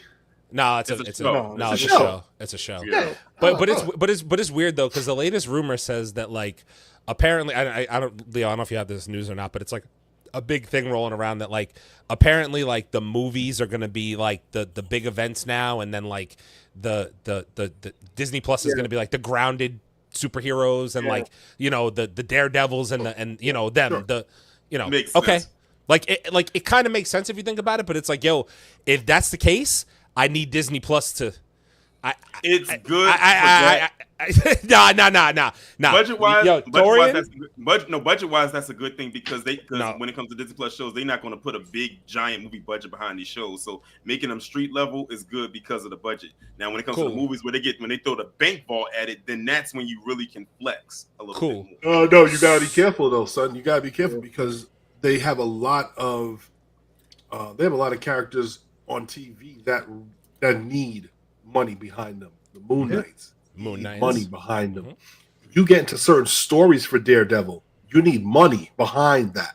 Yeah. You know what I'm saying? Like, you can't just say, you can't. It's like they they got to figure that part out, or just bring my boys to the movies. But that's the thing too. Why they need to like not have so many projects coming out in the same year, because now you got to spread that budget out so many different places in so many different ways. I can imagine the amount of calls Kevin Feige gets a day when it comes to that budgeting thing.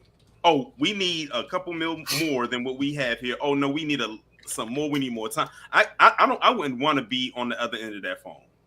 Like, you got to be like, look, yes, you can get away with street level people. You can. You have to stay away from heavy CGI people like She-Hulk. Like, that should have never been on Disney Plus. She should have been in. No, I'm so serious. In theaters, it would have been so better that she was introduced through a movie. I could see it though. Where it could have been like she would have been part of the plot. It would have been a bigger thing. It would have made a lot more sense. But then I don't know nothing. I'm just a little dude down in Texas. I don't know nothing. I never thought about it that way. But you're right, because they can kind of do shit like listen, if this whole World War Hulk thing is what it's gonna be, and you're gonna introduce all these Hulk characters and all that, and Scar and World War Hulk and She-Hulk and all that, like that cannot be on Disney Plus. That's what I'm saying. But also not for another. This was gonna be my other right. This is going to be my other point to that. So, like, to Torian's point, the street-level characters. Okay, cool. Here's the thing. We're still coming from a time when Netflix had a certain level of grittiness to these fucking characters. And I'm sorry, but these characters, as much as you might not, Disney Plus is for the kids and this and that, and the other thing, we're here too. We've been watching your shit for 20-plus fucking years. You got to give us some shit now and then too. You've opened the door for TVMA with Daredevil and probably Punisher. Keep it going. Moon Knight, switch that bitch over to TVMA. And give it the tone it really should. Werewolf by Night, give it the tone it really fucking should have. Give that shit the tone that we want it to have. And anybody else that you want to put street level that's not that fucking tone, make them TV, whatever it is, PG-13, whatever the fuck that rating is. Yeah, Miss Marvel. Keep that for the kids. She really does. Like, there's a second season. Like that's Marvel, but that's the thing, right? So Marvel has to do that. They have to split. They have to tone these things for the intended audience. Kids ain't fucking coming to watch Punisher. We are. Nope. We want to watch Punisher. We want to see that shit. Leave Miss Marvel to the goddamn kids. And if we enjoy it too, sure, cool, whatever. But tone that for the kids. All the what's the fucking what's the change now they make? Champions, all for the fucking kids. All for the kids. Go for it. Give them a whole fucking run. A whole goddamn run of it. Go for it. And then give us our TVMA. Yeah. Give us our TVMA. All of it. Give me the whole goddamn series. All that shit. I'm not even. I won't argue that. That's all. If they split that bitch, ooh, boy. Ooh, Vision. Boy. Quest for Melanin. Let's go, baby.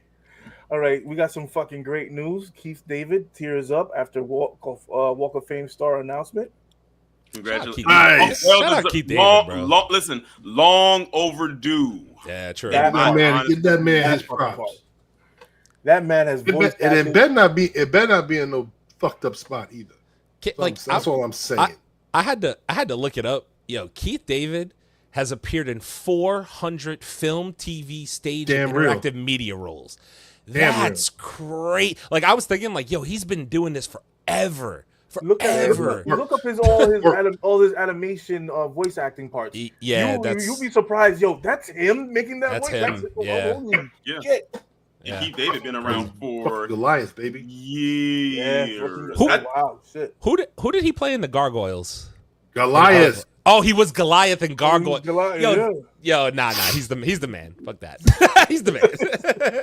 Damn right he is. All right, let's see. We already talked about Chainsaw Man. Will Smith Media Company enters union with the new anime studio.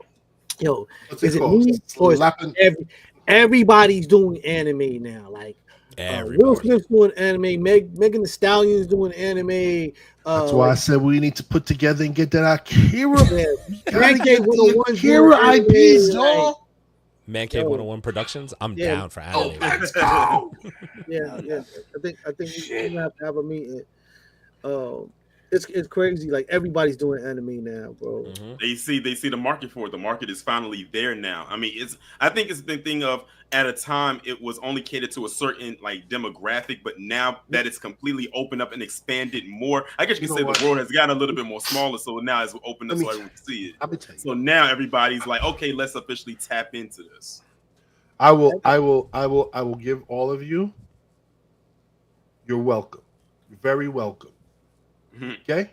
It was nerds like me watching anime on VHS, baby. Going to Chinatown. You weren't alone, bro. You weren't alone. Nerds like me made it for y'all to get solo leveling. It's my fault. True. So y'all welcome. True. Very true. Very true. And you will get an invite out to the grand opening. Damn right. A book bag on.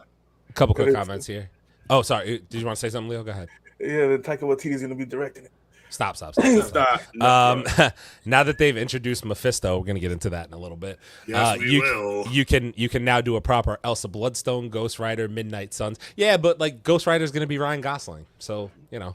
Stop, bro. No, It is. No, it's not. No, okay, it's not. Okay. When Ryan Gosling shows up and is like, and shows up, putting that shit in the universe, bro. When Ryan Gosling rides in on his motorcycle and is like, I am Knuff, I don't want to hear a fucking word about it. I don't want to hear anything about it. I'm just letting y'all know right now. That's what's gonna happen. I hope Thor 5 sucks. It's going to. He's gonna be fucking flipping French toast in this one. Can't wait. Keith David, aka Silverthroat. Also, he was on Ice Cube's album. Yo, this man has been in so. I just Googled like Keith David, bro. The amount of shit he's been in, I didn't realize he was in. It's crazy. That is His IMDb is crazy. And let's not forget Gargoyles. Animation. Let's not forget that. Wild the shit he's been in. in. He has been around a long time, bro. You want to know what's so crazy? I think the first movie I ever saw Keith David in was Volcano. Volcano. Oh yeah, shit. Yeah, he was in Volcano. That's a good movie. That is a very. That's it a was very shit. Movie. Fuck, I forgot he was in that. Damn. Mm-hmm. All right. Fuck. See, talking about technology, Crunchyroll caught red-handed using ChatGPT for subtitles. Oh boy. Okay. Well, I mean, what's the problem? Stop. You heard it here first. Look, I don't see the big deal. Do what you got to do. Give me my anime. Wait. Hold the fucking phone. The purist. You don't see a big deal in that? Give me my anime quicker. I don't give two shits. I'm old now. Wait. What? The motherfucker that I don't watch shit in English. I don't. You don't have a problem with that? It was for first of all, it was for subtitles and it was in German. I could care less. I could care less. Just saying. You know what? I got to give a shout out to DZ here because when DZ mentioned it, I was always one of those people that would watch things dubbed, and now that I've started watching stuff in subbed, I actually have more of an appreciation for it. Like it's way better subbed. Can I say except it's you're welcome. Like watching shit subbed is actually like more. It's more of an experience, honestly. That's like the only way. Believe it or not, that's the only way I was able to watch Squid Game.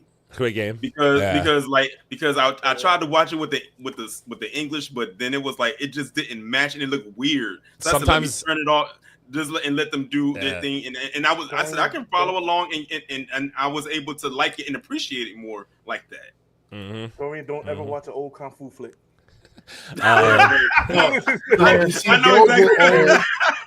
Those will always be the exception. It's funny you say that because it's funny you say that because I think of them old kung fu flicks and how over dramatic they be enunciating their words and how it don't match up with the English. It's so funny. Yo. I mean, but realistically, when we went to those movies, we didn't give a damn about what they were saying. Anyway, we just wanted to get to the kung fu part. This guy had his already, man. Fight this motherfucker in the face already. Hey, Daisy, do what you just did again. Hello, how are you doing? My name is. That's literally what it is. I think you killed my teacher. Hey, we're not making fun of Bruce Lee. We're not making fun of Bruce Lee. Couple quick comments here. I also saw anime on VHS and reel to reel. Okay. Reel to reel. Damn, brother, man. Damn. Are you involved? Are you a part of the Club? Yeah. He is part. He's part of the Council Unks, bro. Oh yeah, brother man, bro, yeah, he's down with the council, bro. That's He's on the council. Brother, man, you come on, man. Let us know. Oh man, I'm fan. Dre Max show said I'm fan casting Keanu Reeves as Ghost Rider. Book it. We would all love that. He's not gonna do it. He won't do it. He wants it. He won't do it. He doesn't want it. He won't do it. We want it. He won't do it. No, he wants it. He said he wants it. I'm telling you, I think dude from Walking Dead would make a good Norman Reedus? Norman Reedus. I think Norman Reedus would make a good Ghost Rider. He could be my Danny Ketch. I think he'd be great. I would take Keanu, obviously, but I don't think he'll ever do it. I would take Keanu if he was playing John Blaze. If he was playing Blaze, I agree with you. Blaze, yeah. I agree with you fully. Keanu is hurt. He's really fucking hurt. He's saying that he was like, some days he couldn't even finish the scenes fucking for Wick, for the last Wick. Well, didn't he do a lot of his own shit in Wick? Yep. Yeah. No wonder his ass is hurt. The fuck are you doing all these stunts for, bro? I was actually surprised with how much of a role he had in Ballerina. I still have to see it. I still have to see Ballerina. I'm gonna watch it tonight. Are you? I want to watch it. I'm watching it this weekend. I was gonna say I want to watch it this weekend. Maybe I'll watch it this weekend. I got shit to watch. All right. I'll hit you up in the chat. All right, anyone remember Viewmaster? Also, use that as a kid for anime and shows. Viewmaster? Nah, bro, you got me. I'll fuck. No. Show Brothers in the house. The Shaw Brothers, yeah, that's where you got Shaw it Brothers from. in the house. Oh, Yes, sir. Man. All right. This is gonna make Chase pissed off. Tom Holland is reportedly very close to signing on to the Dennis Villanova's James Bond. For reference, that's Bond on Prime, right? Yeah, that's Prime's Bond. Yeah. Now we ain't gonna sit here and pretend that Leo did not mess that name up. So who's Dennis Villanova? Villanueva? That motherfucker looked just like him. Drink. The director who did Doom. I think that's the easy way to put it. The director who does listen, Doom. I don't think that. I think this is just going to be a different Bond than anything that we've ever really gotten.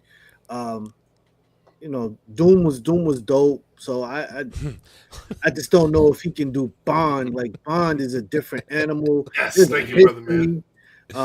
We got to do this. We got to go do this thing. John Marston, bro. Yeah. I just don't know. Dog. Yeah.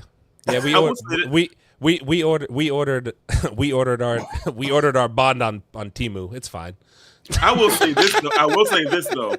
I am looking forward to that new 007 game that's coming out. It's called First Light. That 007 game coming out next year. I saw that. Yeah, that looks really good. And you know why? The same people who did Hitman are doing this game. I said I can see the parallel. I can see the Hitman inspiration there. It looks just like it. I don't know if it's just Tom Holland though. I just feel like he looks so young. I don't know if I could see it. He looks so young. He's playing James Bond. James Bond Jr. The crazy part is, wait, Tom Holland is actually, how old is Tom Holland? Tom Holland's like in his mid-20s. He's mid-20s, bro. He's 29. Oh, he's almost 30. Okay, he's almost 30. But bro, he could pass for 18 if you saw him. You want to know what's so crazy? He could pass for 18. And the crazy part about it is, he is engaged to Zendaya, who also looks younger than she is. And she's like 30. Yeah, Zendaya's around the same age as him. All right. He's playing James Bond Jr. Zendaya's 28. Yeah. But also could pass for 18 on the street. Yeah, they look like teenagers. Yeah, they look like teenagers. That's why he plays Spider-Man so well. Crazy. All right. Tom Holland, 40. Nah, he's not 40. Come on. James Bond Jr. Stop. It's true, bro. Like he knows because he used to watch the cartoon. There you go. Dude. Oh God. That's right. My people out here. All my people's out here. I love this. All right. David Cornsweat says he wants to do a R-rated Superman film. Hold your horses, champ. Let's see what this one is going to be hold on. first. Chase, you're muted. Merch coming through. Oh. He went to the Shaw Brothers right there real quick. Yeah. Yo, slow down, little buddy. Slow down. Wait till this comes out first, so we can see what this is going to do first before doing a whole R-rated Superman movie. This dude's doing way too much. Like, can we get by PG-13 Superman and see how that goes? Like, Exactly. I don't even know if it's good yet. I don't know, man. Come on, now. Yo, We gotta give him a chance, guys. Yo, bro, can I just? Listen, I'm willing to give him a chance. Can I say something? I was at AMC theaters yesterday to see Jurassic World. Okay, I just want to let you guys know. Listen, I know the mouse got fucking mighty pockets and all that shit. There was not one fucking display up for Superman in this bitch, but I saw 4 Fantastic Four displays on screens, on little fucking cutout merch, on shit behind the counter, but I saw not one fucking Superman thing. Nothing. Not a single thing. Nothing. You know why? You know why? No. Superman don't need it. I was ready to say you know what though? You know what though? You're right. The name alone promotes it. Oh shit! You don't need it. Nah, I think he's kind of right. I think he's kind of right. They're going to the theaters next week, regardless. They're going. Yeah. Well, yes, I'm not. Well, you know what? I'm not seeing this one in my underoos. There. Well, since we're on that top, since you brought it up, I got a question to ask y'all. Who do you think is doing better with the marketing, Superman or Fantastic Four? Fantastic Four, because they're already at 135 projected. Oh no. Opening weekend, 135 projected. I think Fantastic Four is. Do you? Yeah. No, it's already projected. It's already projected. The lowest it can make is 125 the first week.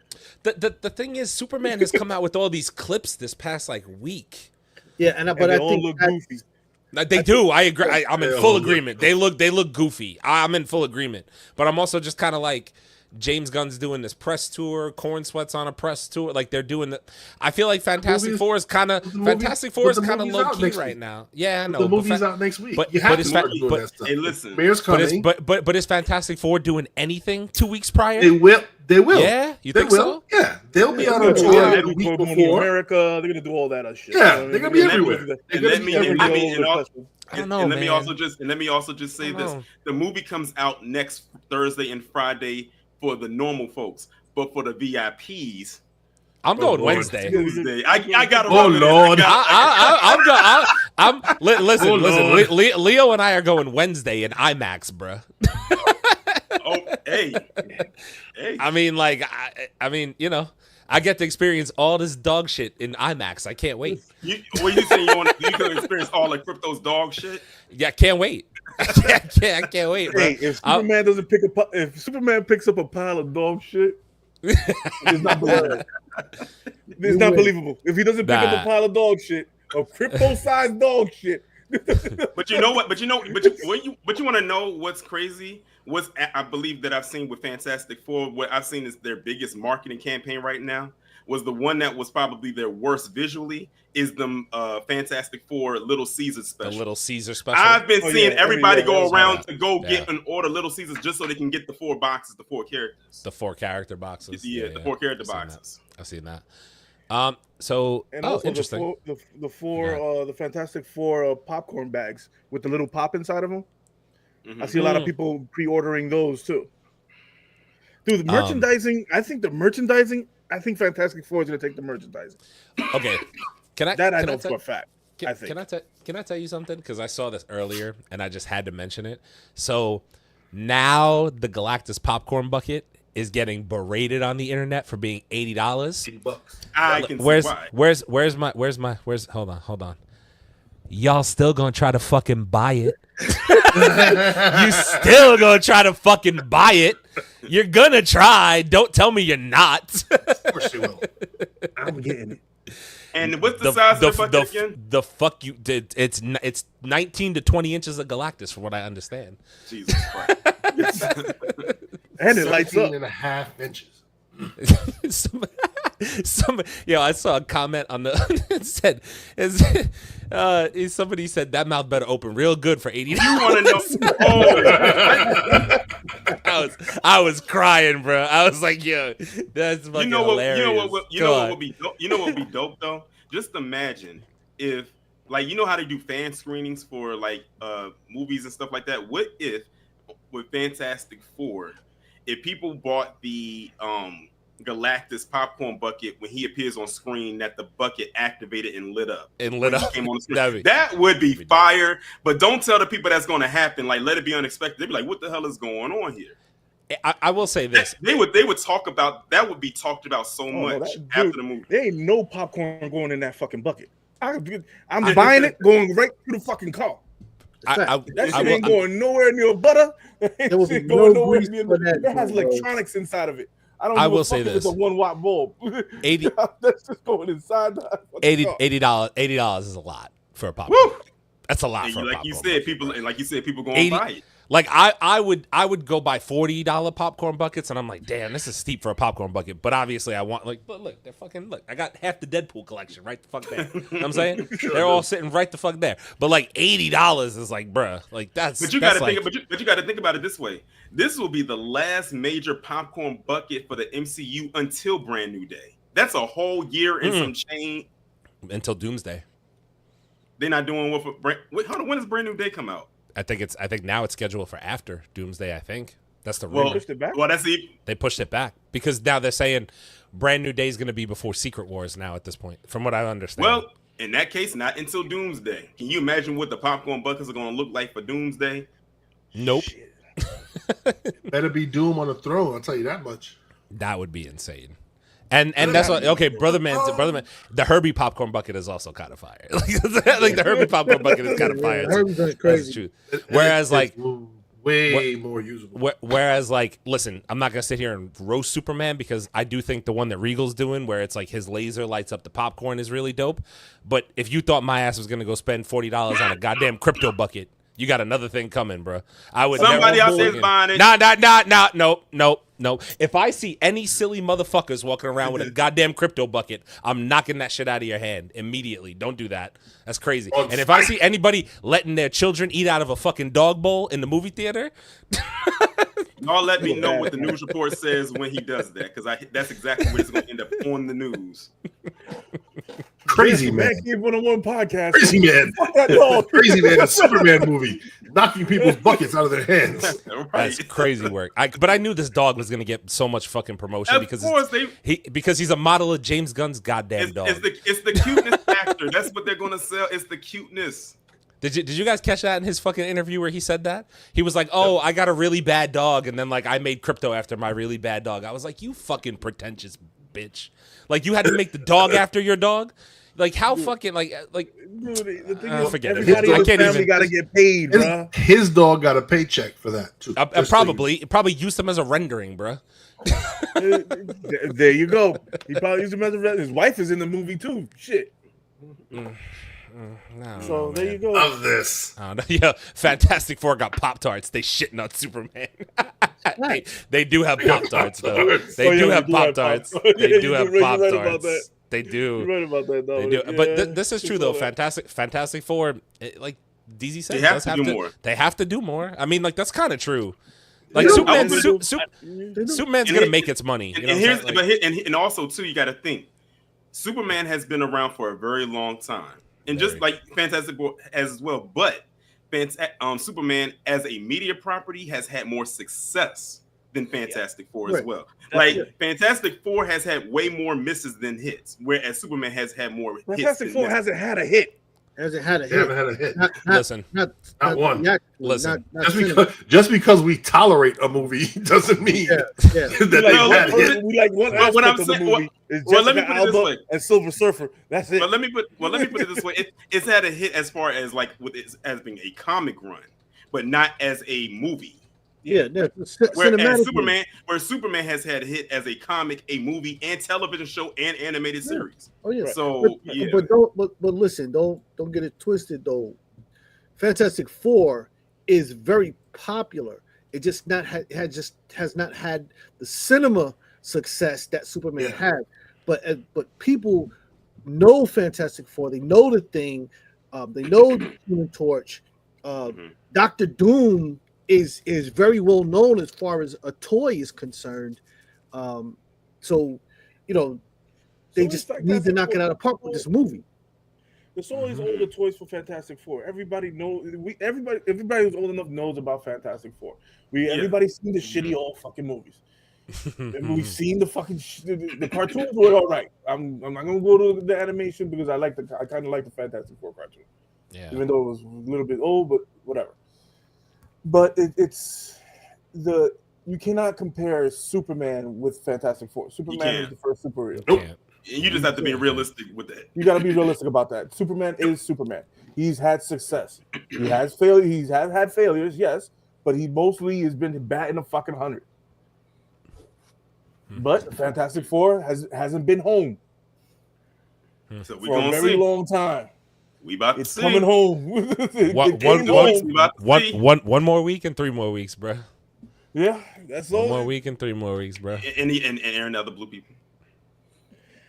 And now, if I'm not seeing the goddamn Smurfs.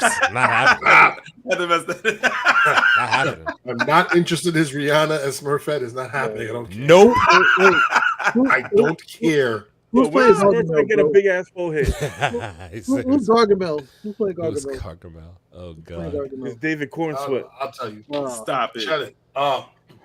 Wait, did anybody see the sideshow figure for Superman? Oh, stop it. Nope. I have Did it. you see the dog? Did you see the I have dog? it. Look, it's right here. Look, it's for everybody to see. Look, it looks great. You don't want to see it. Even looks like a cornball. As a Yeah, sideshow. slow down, little buddy. Slow down. Look at the dog. Look at the dog, guys. Look at the And he dog. hasn't had the stupid dog. Of course he I'm does. telling you, cuteness is going to sell. That's what it is. Yo, and the You're always curls on the gonna wrong have it. side of your face. I mean, Son. like, shout On out Hot his- Toys. Shout out Hot on Toys. his- It does look like him. what it is. It looks like him. What is worth? They always make him look like them. Yeah, they don't fuck up. Hot Toys don't fuck up. I don't know, bro. It looks like a Calvin Klein underwear commercial for me, but It does. Yo, It why does, is I'll the give you suit that. loose on him in here too? Because it's a loose suit. Because James Gunn didn't want a muscular Superman. He needed to be relatable to people. He goes to Planet Fitness and not fucking a real gym. Hey, don't sleep on. Hey, listen, don't sleep on Planet. No judgment zone, baby. It's a no judgment zone, baby. Don't sleep on Planet Fitness. don't do that. Oh fuck! All right. So let's start some hate. Hugh Jackman says Wolverine would dominate and destroy everyone in Doomsday. Wolverine, you need to shut the fuck up. I mean, Hugh like, Jackman. I'm sorry, not Wolverine. But, Hugh like, Jackman, you I'll- need to shut the fuck up. I'll say what I said in our I'll say what I said in our to group one chat. part. I Yo, can defend Hugh- you to one yo, point. I'll say what I You said in the go group chat. on, bro. You need to shut the fuck Yo. up, you. Hugh, talk your shit. That's what I gotta say. Fuck your shit. Talk your shit, bro. Talk your shit, Yeah, bro. we'll I'm with see how you. that goes. Because we saw before the hug, we saw what Sentry was doing to the Thunderbolts. Good luck. I don't know. Even trying to fight him. Listen, I think that there's like an 86-year-old Magneto in this movie. The last time I checked, did this to him, Yeah, and bro. like contorted his body around into did. like I mean, and he's back in the movie again. So I mean, the same shit gonna happen. Why are you bringing up Hugh old shit for? Hugh Jackman just woke up one day before he even wiped the crust out of his eyes and brushed his teeth and said, "What can I say that's gonna rub people the wrong way? Oh, I know that my character is gonna wash everybody in Doomsday." Yo, Leo, what do you think about the fact that people are saying that Hugh Jackman now he's filming for after saying he wasn't in the movie, he's now in the movie, and apparently he kills somebody pivotal. I think that's fucking dope. I want to see Wolverine kill somebody pivotal in Doomsday. I do want to see. Yeah, I would love to see that happen. I want to see it. Did y'all I see wanna that see picture? it. You don't want to see it. No, I do Yeah. want to. No, I do want to see it. I want to see all of R-rated way. it. I want to see claws through the goddamn skull. What would be the best piss off moment for Hugh Jackman to kill in the MCU? Ed Norton's Hulk. Ed Norton's Hulk. Ed Norton's Hulk. I'm so serious. Ed Norton's Hulk. Bring back Ed Norton's Hulk. Fucking claw through the head. It's the first place I thought of. 100%. It would piss everybody off because they'd be like, "No, you can't." It would piss everyone. It'd piss everybody off. There's no one. And there's a comic. Hey, Yeah, the head is 100%. 100%. I could see a world where he's just like, "Nah, too many Hulks, bub." Bah, through the head. Like, that's it. And that's it. It's over. It's over. I love it. I love that. You know how many people that would piss off? Not me. I'm there for it. Kill one of them. I Kill would love to see kill Mark Ruffalo. I don't give a fuck. Yeah, for real. Kill one of them. Kill one of them. I don't care. Kill my Mono. Yeah, kill my Mono. I don't care. Kill one of them. Fuck it. Let him go. Who cares? Bring back Ed Norton's Hulk. Kill that one. I don't care. Or better yet, why don't you do like you did with Deadpool and Wolverine, where they killed off the Fox universe? Why don't you bring in Sony and kill off that universe? Kill off everybody. Right. Yeah. I'm in. Kill off the Sonyverse. Imagine if he kills off the old Magneto. I was gonna say, get your lick back. Get your lick back. I'm here for that too. Get your lick back. He gets fastball special. You geriatric fuck. Oh, that would be so bad. That would be so bad. Yeah, old man strength. That's right. Old man strength is right. For real. Old man strength is right. Okay, so let's see. Okay, so this is pretty actually dope news. David Cornsweet exchanged letters with Henry Cavill and Tyler. I don't want to get his name. Say his name. Tyler Hoechlin, after being casted as Torian. I had a Leo drink just now, man. Damn it, man. Help. Yeah, so that's pretty dope. He said help. He said help. Help. Him. Oh, man. For what it's worth, unless James Gunn writes him into oblivion, I really don't think that's what it would be. That's what it has to be. I know we've hated, like, we're gonna sit here and knock David Cornsweet, but he's following the script he's given and the Superman he's given. So you can only knock him so much. At the end of the day, you got to put the onus on James Gunn for that. And since James Gunn is so script approval before we do anything, that means that you're responsible for the words coming out of these actors' mouths, right? And you're directing him to say them in a certain way. So you're like, cut, no, let's do that another way. Not only that, it's also all the little details. Oh, I didn't want Superman to have a form-fitting suit. Okay, now you have the results.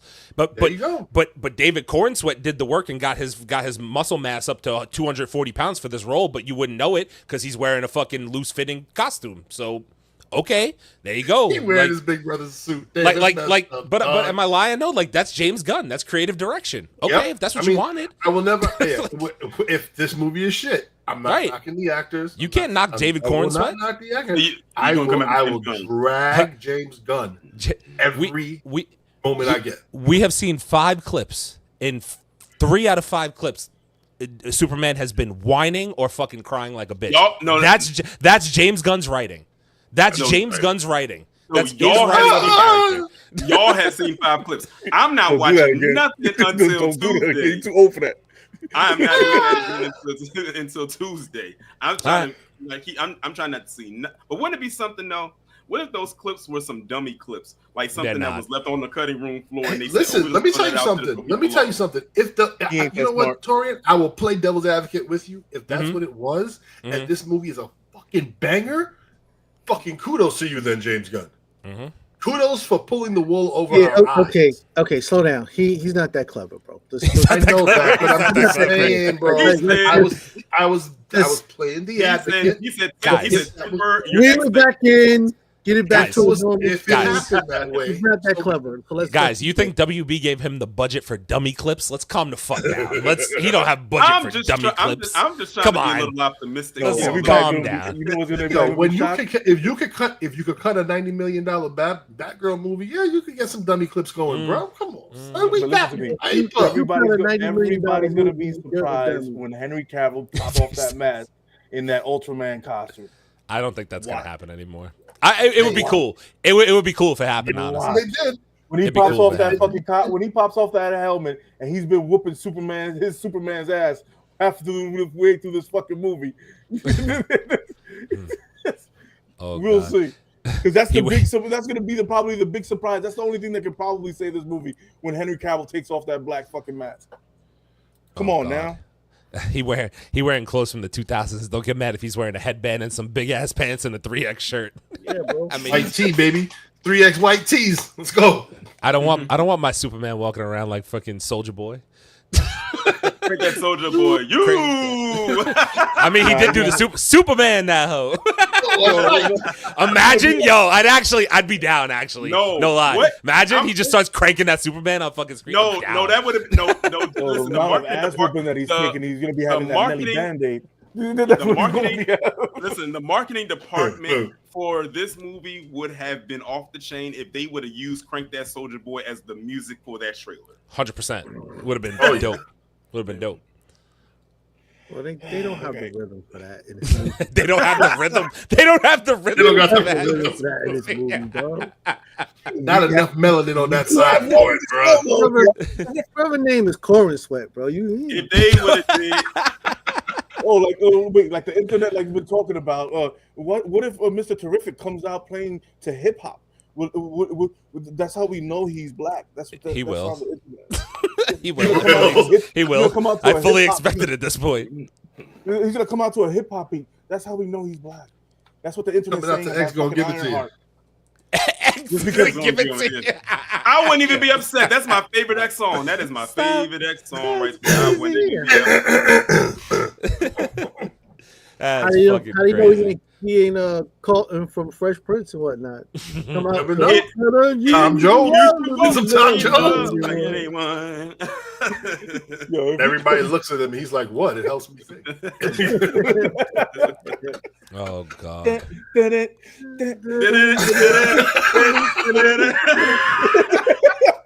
The fucking orbs will be speakers and shit. That'd be crazy. That'd be his entry song when the ship arrives and shit. It's like this. Brother man said, imagine his suit hanging down over his ass or sagging.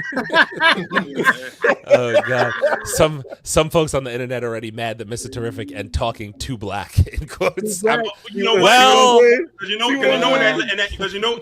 that last trailer.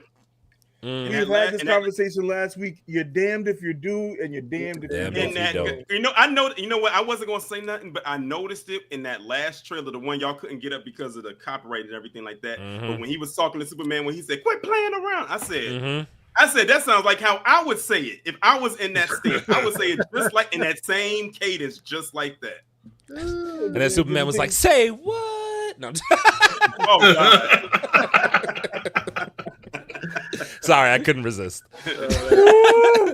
Oh my God. Yo, you can't win. You can't win. There's no winning. There's no winning. It doesn't matter what you do.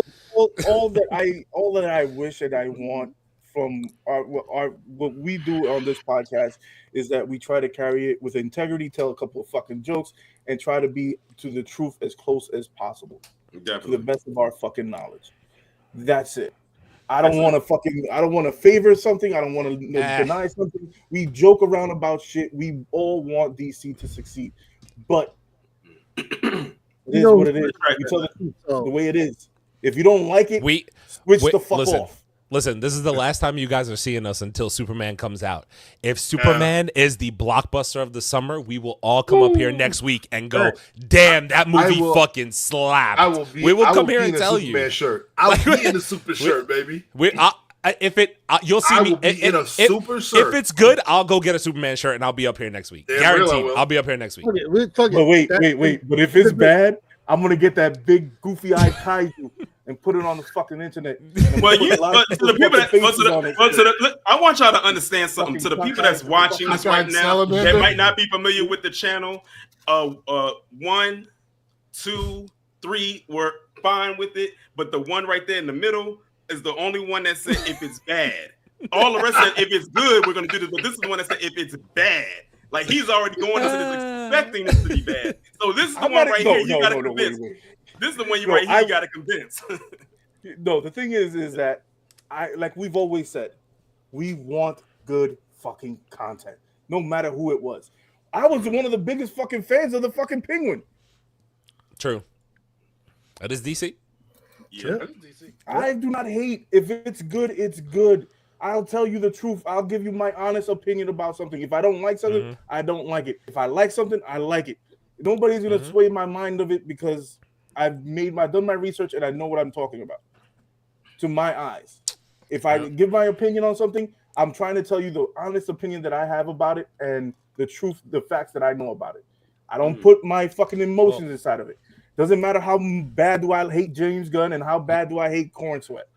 Unless it has to do with Wolverine. If he does a great fucking job and the Salamander go ahead and whoop Superman's ass again, I'm still gonna. If he does a great job selling me on it, I will appreciate it for what it's worth. God. And if it's great, fucking kudos to James Gunn.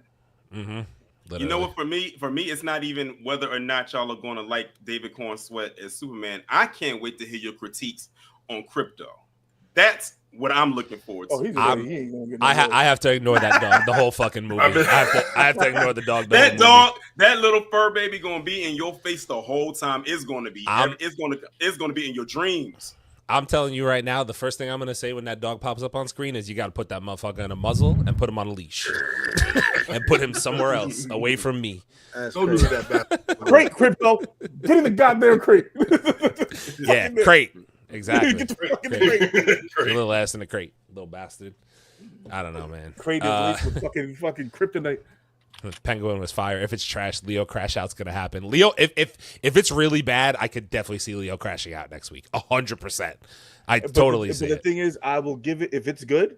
Yeah. If it's great, I will give it the same energy. Bro, you know what's gonna happen? We're saying this now. It's just gonna be fine. It's not gonna be horrible. It's just gonna be fine. Yeah. It's gonna be an okay movie. That's what's gonna happen. It's gonna be okay, and we're gonna be like, I hated this, but this was cool. I've already seen scenes I go, damn, that looks cool. The Superman laser eye scene where he does that whole shit, the spinning laser, that looks cool as hell. I was like, damn, that looks cool. But then I see some other shit, and I'm like, that's fucking goofy as shit. I don't want to fucking see that. Yeah, like there's just dumb shit. Like, so I think I'm gonna be in the middle. I'm gonna be just like I was for Jurassic World. Damn, I like that, but that was fucking stupid. Like that's just what's gonna happen. I already know it. Half Juggernaut with the laser. Yeah, like, and the kaiju looks fucking ridiculous. I'll say that all day. The kaiju looks fucking bad. It looks awful. I don't even care if he fights it and it's a good fight scene. It's gonna look fucking stupid because it looks like an oversized Furby. The kaiju doesn't even fucking matter. The kaiju look. The kaiju, you know what? I know now. I know what the kaiju looks like. Y'all remember that movie, The Faculty? Yeah. That big giant thing at the end. That's what it looks like. The thing that the girl turned into. That's what it looks like. Oh yeah, you're right. Yeah, it looks like that. Wow. Damn, that was a salamander. James Gunn. Yeah, it actually. I just looked it up. Yeah, it does. It actually does. That's funny. That's really funny. Wow. Fucking around taking somebody else's IP. Fucking James, keep playing around. Oh, all right, so let's get into this fucking. I'm done with news. You have anything, Aaron? I got one. Go ahead. Yeah. Go ahead. All right, so shout out to. I found this out today. I thought it was interesting. Well, Sinners. It turns out that the extras costumes that they were wearing, the extras in that movie, they were going to use those costumes for the Blade movie. Sorry. Oh, it was a timepiece. Because it was a period piece. It was a period piece. Yeah, it was a period piece. So they said, you said, nah, we already made this stuff, so why just toss them? We making this period piece here. Let's use them over here. So smart. Okay. So actually, I had two more things. Sorry, I told you guys we were running over. We got a lot of fucking movie shit to cover and stuff like that. It's a double dip week, so sorry about that. But we're glad that you guys are here. By the way, I just wanted to give a shout out. We've had good viewership all night tonight. We appreciate you guys hanging out with us. Thank you guys so much. Right. Two more pieces I wanted to mention before we get to Ironheart, and then we get the hell out of here. So this was brought up on the internet. I want to know what you guys think. So the DCU Batman. So I'm in agreement. I think the DCU Batman should look like this because after the recent Batman we've gotten, as far as the Batman and Ben Affleck's Batman and the modern suits, I think going back to this would actually be tough. But James Gunn's already said he doesn't want to do Trunks. James Gunn said he doesn't want to do Trunks already. No, I know it's not going to happen, but I think it would be smart. I think we could get Superman fucking pantyhose and shit, but we can't give fucking the Batman what he needs. I think this would be tough. Personally, I think this would be tough to see. I like this, honestly. I do too, but I don't know if anybody knows that the blue and gray Batman is probably the most kick-ass Batman. It is. All I keep thinking comics. It is. All I can think about is the Batman animated series back in the 90s, and when it comes on, and you can see the cape flapping in the wind after the lightning strikes, and I see this right here.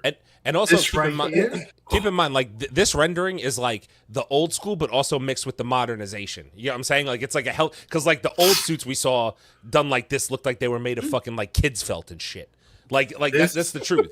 Like this is like a legit, like this is a suit, but it has trunks and it's blue and gray and yellow. You know what I'm saying? So like it's modernized. This is tough. And if James Gunn doesn't do this to differentiate himself from the Batman, it's a big L in my opinion. Yeah, honestly. Like you have to differentiate yourself from that Batman because he looks so modern now. You know, but every Batman's been black. Every Batman has been black. All of them. Like, bro, this all of them. Yeah, you're right. You're right. I had to think about it for a second. I mean, look, like Ben Affleck came the closest as his suit was gray, right? But he had the black, but he had the black hood. That was more like the Frank Miller. Yeah, I just realized something. All the Batmen have been black except the old show. The original show. The original show. That's the only one where it wasn't Adam black. West? Yeah. Adam West. Yeah, that was like a gray. It was like a grayish color. But this is the iconic Batman color scheme. It's this one. This is the iconic color scheme. This is why I think it would be tough if he did this actually. But will he? Probably not. I mean, it's technically the suit that he wears. It's just that he operates at night, and so there's always shadow on him. It never looks like he's wearing blue and gray. It always looks black. That's why there's always hints of blue on it, because that's just a little bit of light that pops on it. But that's my suit. It's gonna be baggy because he doesn't want a muscle-bound Batman.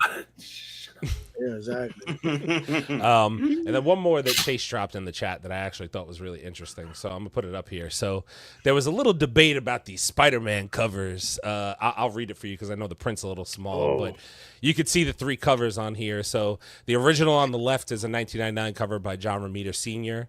And the middle one is an homage cover by Scott Hanna and colored by Dan Kemp. And then the one on the far right is a Tyler Kirkham variant cover. So this is a quote from Jose. I hope I'm fucking up this name. If you want, tell me a drink. Jose Villarrubia. Very good. Sure. On the variant cover. So let's talk about the difference between a homage and plagiarism. Basically, I'll summarize it. He says the one in the middle is a homage and the one on the right is just plagiarizing the old work. And he's not fucking wrong.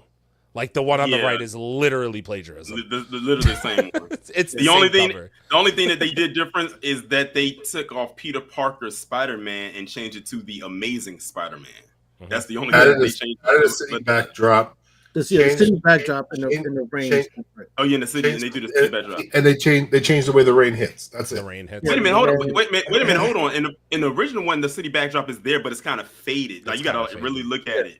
Yeah. This is that, and this third one is more front. Like you can really see. But the problem is, you know that you're doing this, and this is a John Romita Sr. fucking cover. Yeah.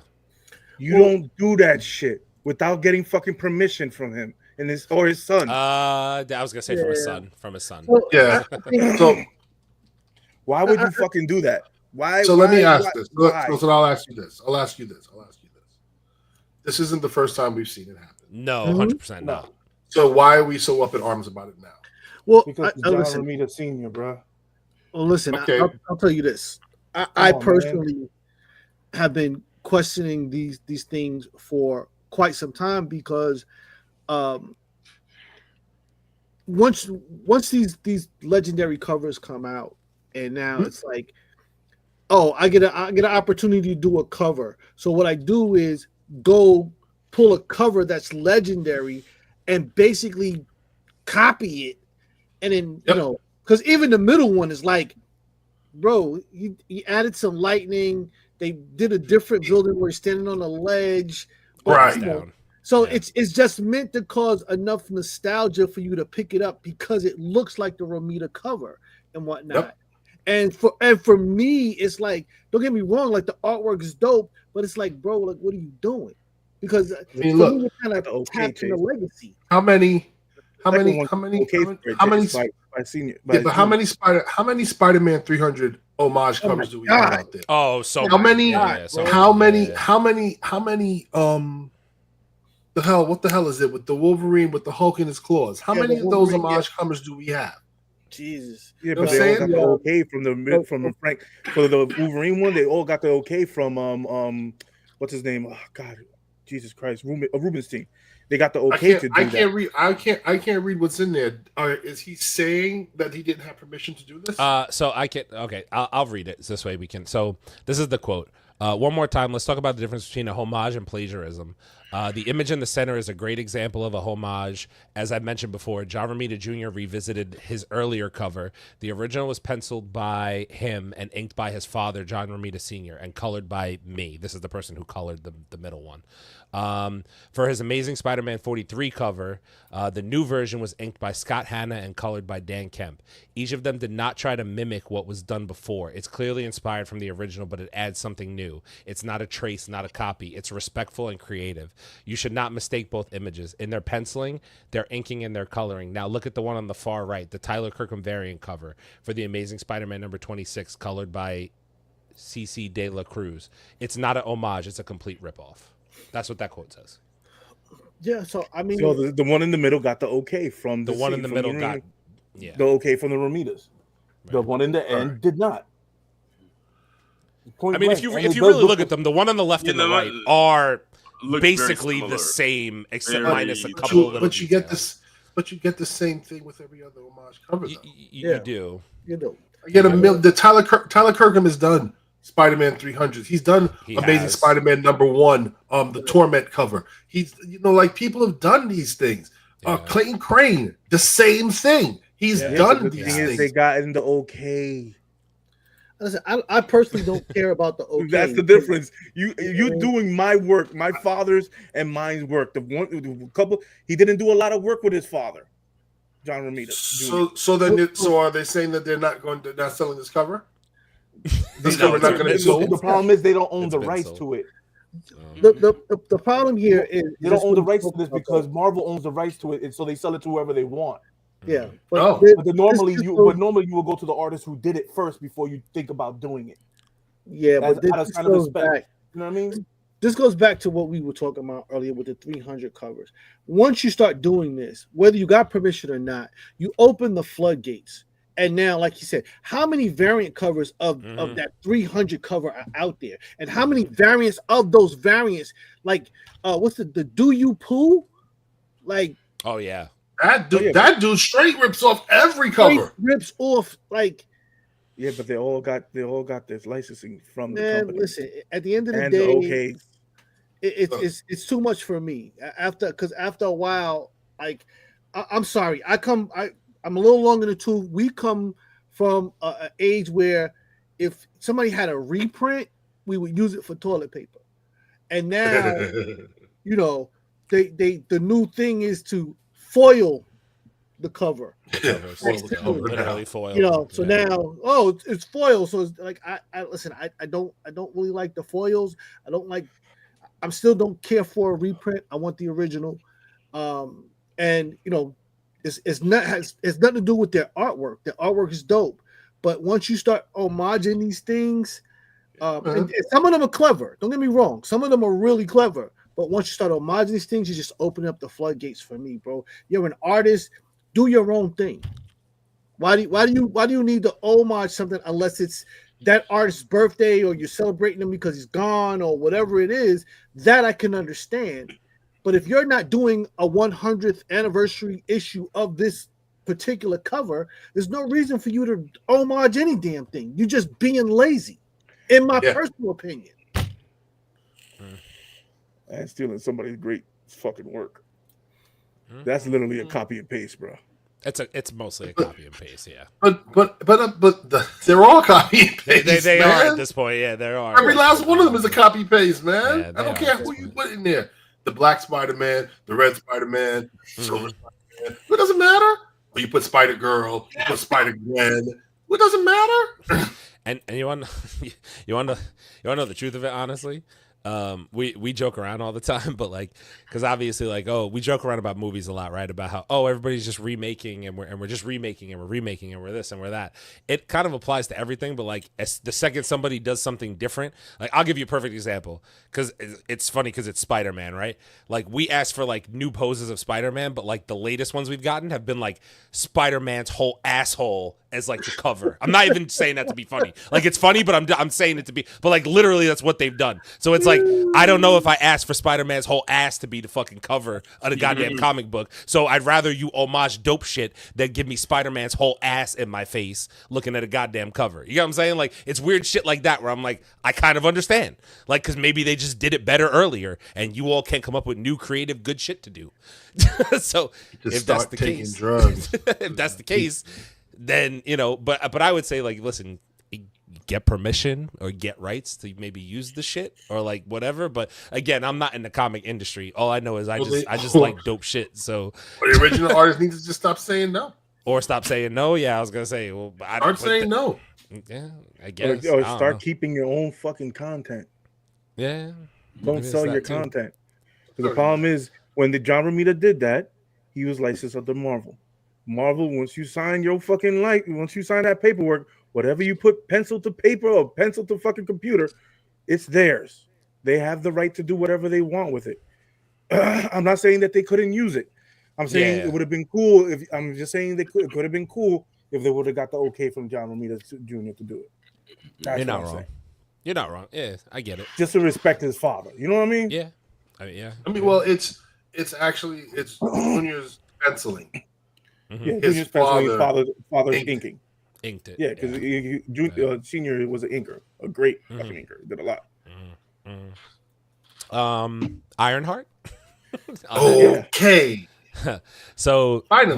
we had a final 3 episodes of Ironheart. By the way, salute everybody. Cheers. I have no more drinks left, so cheers. Yeah, I'm done. Yeah, I'm finished.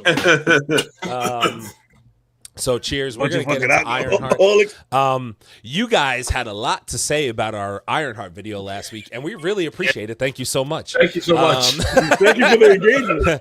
Because obviously you had so many kind words to say about how horrible people we are. And I didn't see your comment section. Oh, when you get a chance, you should go check the comment section of our Ironheart video. It's great. It has so many kind words. People love us so much. It's awesome. Each of us. It's amazing because there's a comment for each of us. Each of us. So there is. So you said it was a very colorful comment section. Yeah, it's colorful. It's colorful. It's great. I love it. Because, you know, we're not allowed to like something or say that something's not complete dog shit.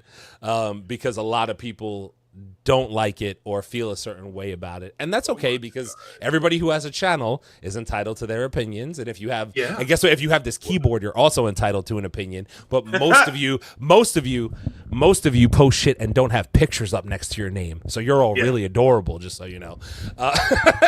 It's fine though. So anyway, we're going to talk about Ironheart, the season finale, and everything that it entails. And you'll probably rip us apart on this one too. And guess what? We really appreciate it as well. So let's get right on into Ironheart, the season finale. Obviously, 3 episodes. Man, there's a lot to go over. What are you gonna say? Give me your 3 episode synopsis. Like, what do you think after the last 3 episodes? And then we can get to details after that. But just what do you think? Personally, episode by episode, or what? Or am I just saying overall? Just like the culmination of it all. Oh God. Episode 4 sucked. Episode 5 was okay. Episode 6 was pretty good until the weird ending. I had a good time with it until the weird ending. That's really where I'm at. Like I said it. I said it in the chat. I really started to like this movie until they stuck it in the wrong hole. Oh no, not the wrong hole. That's crazy. It's the wrong hole. That's how I felt. That's how I felt about it. That's crazy. I felt like it went in the wrong hole.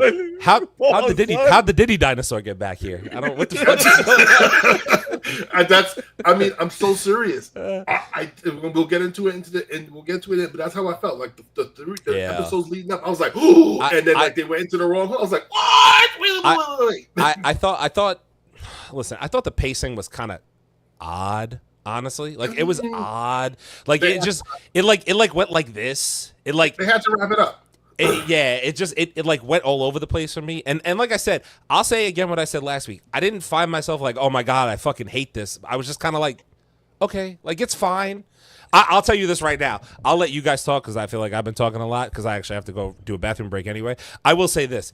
Every fight scene in this fucking show, I hated. Every single fight scene. I hated every fucking fight scene through the whole season. I fucking hated all of them. Every single fight scene, including the last fight scene between the Hood and Ironheart. Fucking horrible. Hated it. It was dope. What are you talking about? No. It Stop. was exactly what it needed to be, bro. No. No fucking way. No. I didn't believe a single fight scene in this whole fucking series. Not one. Not for a minute that I believe. No, not fucking one. Not ever. At any point, White Castle, security guard, not one fucking fight scene was believable. Not a single fucking one. Swear to God. I believe the White Castle. No. Sliders. No, what I have no. Stop. Wait. No, I literally have to pee, so I'm gonna get this off and I'm gonna go take a piss right now. Ready? How did these two fucking chicks beat the shit out of grown men for 4 or 5 episodes of this fucking series, but they struggled with Ironheart outside of the suit? She was whooping them. Stop. Bye. I'll be back. Bye. No. It makes no fucking sense. It makes no sense. None. No sense. She's a 5'2" chick outside of her Ironheart suit. Stop. No, it makes no sense. Her ass, bro. No, she put them in a bubble. Stop. It's stupid. It's really stupid. No, it's stupid. Stop. It's so stupid. Bye. I'll be back. Bye. I was smart. I was smart, bro. Listen, she outsmarted them, but I have to kind of agree with him. Like all the actions. But listen, this goes back to what I said last week, bro. If Saved by the Bell and the live action Teen Titans show had a baby, Saved by the Bell, son. Yeah, Saved by the Bell and the live action Teen Titans show had a baby, it would be Ironheart. Oh man. So it always seems like there's going to be all of this vicious action, and when it happens, you're just like, yeah, that couldn't have happened. That shouldn't have happened. Like, I have to agree with him. Like, they was in there kicking grown man's asses, but with her, she's like dipping and dodging. And listen, and I love shows where I call it Jackie Chan action, where there's fighting, but he's like using everything around him to fight. So, you know, he's like opening the door, and you know, like. She got smart, man. She was smarter than them, son. They had the brawn, but she had the brains, and brains is always going to win. Putting them in the bubble was smart. Like I know that's the thing is, they can't say they didn't explain how that worked, because remember what happened in the previous episode where her mom was watching X-Files and a gunshot went off and they put her in the bubble. So it reacts to the gunshot. So that's why she knew when they shot at her, it was going to catch that bullet. So she knew it was going to happen. So it's kind of a hope. It was kind of a hope more than a no. I think I think she was hoping it would stop the bullet. Yeah, I got so upset I needed another fucking drink. I got so mad just now. I needed another fucking drink. Go ahead, Chase. Finish off. I'm just saying, like I just keep saying, like, it's Disney Plus's platform. It's general audience. I gotta say this. I did not hate the show, and I haven't finished watching the last episode, but these last 3 episodes have made me like this show a lot, because from a family level of show, there's a lot here. There's a lot here because until she TV-14, not general audience. Yeah, it's like 14. This. But I said this last week. Me and Leo were arguing about this last week. Like, bro, this is preteen TV. This is 13, 14. And There's a lot of cursing in this though. And you got ripped apart in the comments for have it you too, been just so around you know. that? you got ripped apart for it last week too, just so you know. Stand by the bell. You got ripped apart, bro. I don't care. Anybody wants to smoke with me, I'll come around. It's not a problem. You know what I'm saying? It's still preteen TV, 13, 14. You know, it's still Saved by the Bell for me. I don't care. And one thing that I also liked about this is that this show actually did something that I hadn't seen a lot of MCU shows do in a while, and that start off slow and then ramp up at the end, where a lot of shows do the opposite and start off heavy and then just drop. That's what happened with Daredevil. It started up here and then just drop. With Ironheart, it started here and it just kept going up and up and up. And that's how a show is supposed to go. It's supposed to start and then move up, not start up here and then drop down here and then stay down there. I can agree with you. Episodes 4, 5, and 6 were better than 1, 2, and 3 in Ironheart for me. They were. Like you there's no denying that. They were better, in my opinion. I still have issues with this though. I mean, I do too. I have issues with it. But go ahead, Leo, what you got to say? Oh, go ahead. He's sitting there all quiet. Well, what's the matter, brother? Leo liked it. I'm with you know what I'm with. It's not a bad show. But I'm telling you. But this is what I have to say. It gained a half a point for me. That's it. Okay. I had it at 7.5, and at the end, I put it at 8. That's it. Okay. I would say this is one of the better Disney Plus MCU shows. Yeah, for me, it's definitely one of the better shows.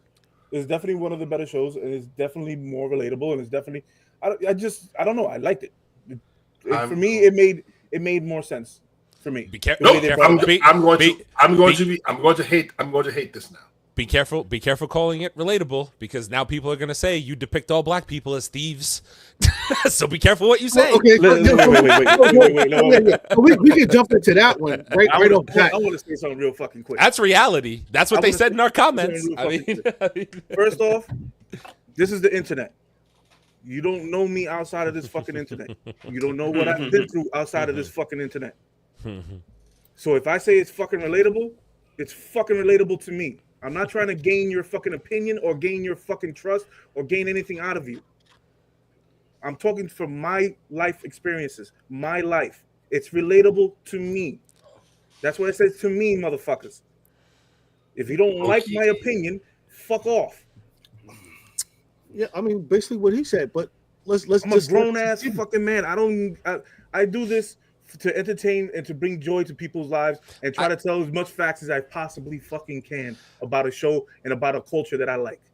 I will say this, right? Because I know we kind of skimmed over it a little bit more so last week.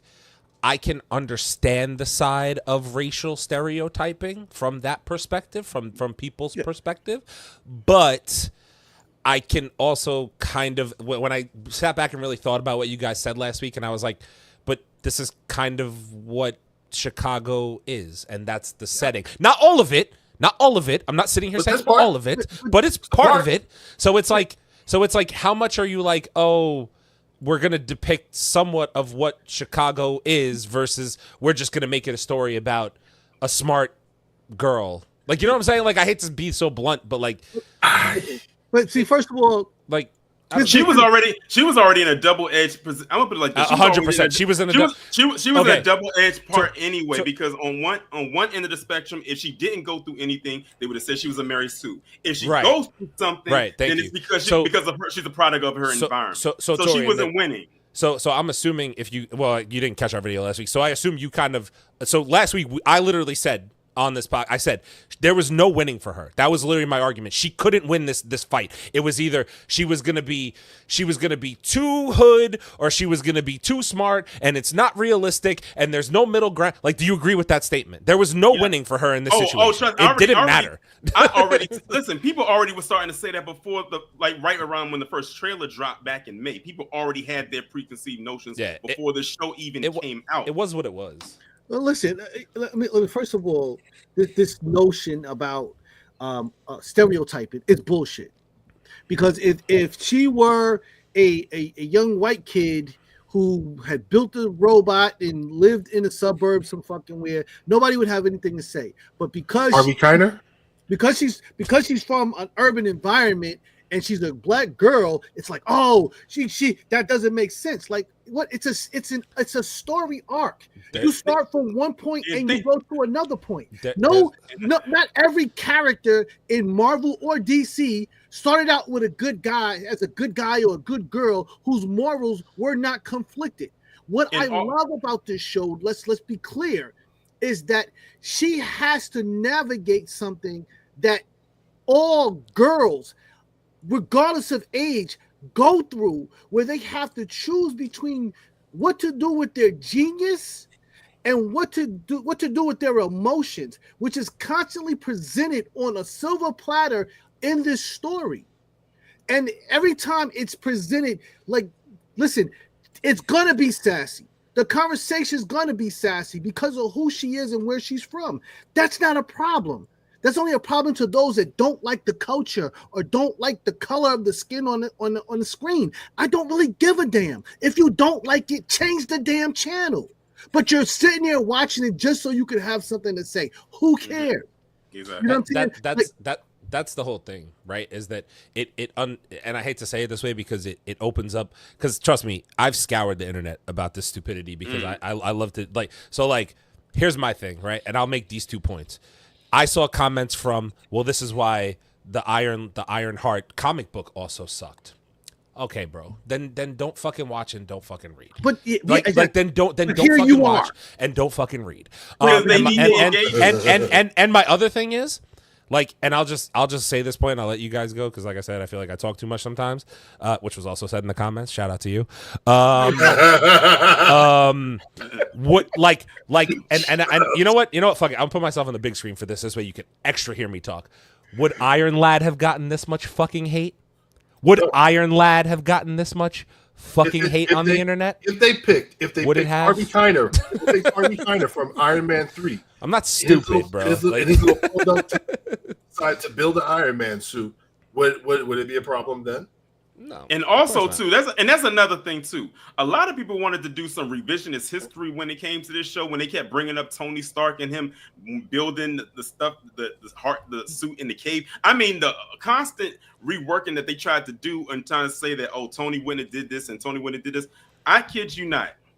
When people kept saying about her being a criminal and a thief, I went and researched every MCU character that did something criminal from top to bottom, even the villains and everywhere in between. And when I tell you the vast majority of them have committed a crime, you don't have to go that far. Iron Man was a freaking Tony Stark was a fucking gun runner, bro. He was an arms dealer. He was an arms dealer. Technically, he wasn't. Where did he get caught? On the fucking enemy's land, displaying his tech for the good guys in enemy territory? Why the fuck was he over there? Why couldn't he do that shit in the desert of Colorado or some shit? No. And look at.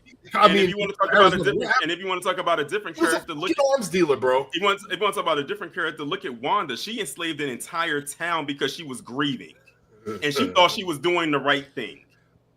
I mean, when we first get introduced to Cassie Lang and Quantumania, where she at? In jail. Literally, that's the first thing we see her do is getting out of jail. That booger sugar, man. That booger sugar do it to you, son. Okay, this is the thing with every superhero character. You guys are people are taking this and they're trying to flip it to make their narrative adjust to whatever they're thinking, without doing the research of the character, without doing the research of the history line of the character. If you're talking about all the bullshit that was going on, if you guys really want to dig into Tony Stark, the first Iron Man had a sex scene inside of it. True. He treated women like shit. Damn right he did. But we praise him, though. Billionaire, playboy, philanthropist. Tony Stark's words are saying, Loki is a diva. He wants to see his name in big lights, and he wants to be, oh, shit, in Avengers. And where did he run to? His Stark Tower. So what makes him a basically diva? what they're saying that not every person that is in the MCU is a saint. Not every last one of them. Thank you. Well, the point is you're building You're the character. Like that's the whole thing. It's the story arc, right? Like Yeah, at the and end, I like that. At the end of the day, like Riri. So I hate to say it this way, right? But like it's tough because Riri's she's a genius, right? So like in people's minds, it's well, if you're so smart, then why are you doing dumb kid things? Because she's still a fucking kid who makes dumb kid decisions. Yeah. Yeah. Like that's reality. Like she's super smart, but she's also a kid. But here's my gripe with this whole thing is she didn't change. She didn't change. That's true. And that pissed me off. I will give you that. There was no redemption of her character or the character flaw that people that saw in her. Okay, right? wait. I'm sorry. I don't mean to cut you off, but because you're referring to the ending, how it ended, correct? Yes. Okay. Yes. But was the ending an illusion? That's the whole thing. Was the ending an illusion? Because technically, we didn't see her shake his hand. Right. You don't see her shake his hand. But you do see the line form up on her arm. But is that Mephisto? Means, but is that Mephisto's vision? Is that Mephisto seeing her in that light? It's open-ended. That's the thing. That's what pissed me off. Is the end of the series is open-ended. You don't know what the ending is of it. I guess you'll have to wait. What you leave with. She made the deal. You leave with that she made the deal. She asked the question, "You're only coming for me, right? You're only coming for me, right?" And he was like, "Yeah." No, I left more confused.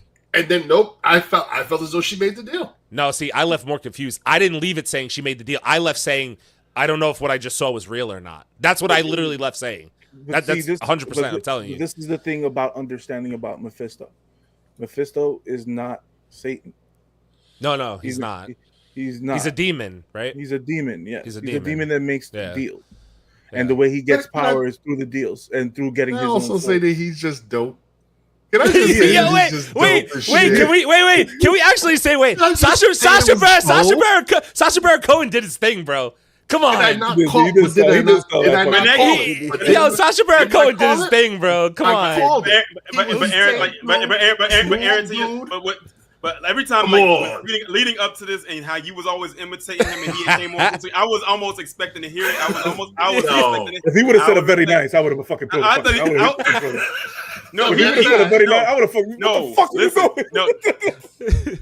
no, he went from going to say thank you very nice to thank you for your sacrifice. That's literally sacrifice. And I like one thing I like too is he switched up between like 3 different accents, and it flowed so flawlessly. That's what it worked. Did y'all peep though? Because a lot of people didn't catch it when he picked up the spoon. He saw his reflection, his real self in the reflection of the spoon. It was just a little glimpse. If you blinked, you would have missed it. So I like that they did that. I have the picture.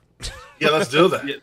So you was able to see it. But one thing that I did like about especially with episode, was it 4 or 5? I can't remember which one.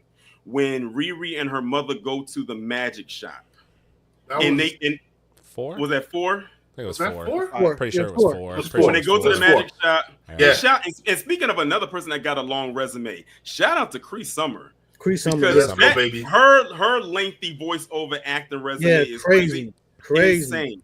And the fact that they got her to play this role, I said that was perfect for her. That was good.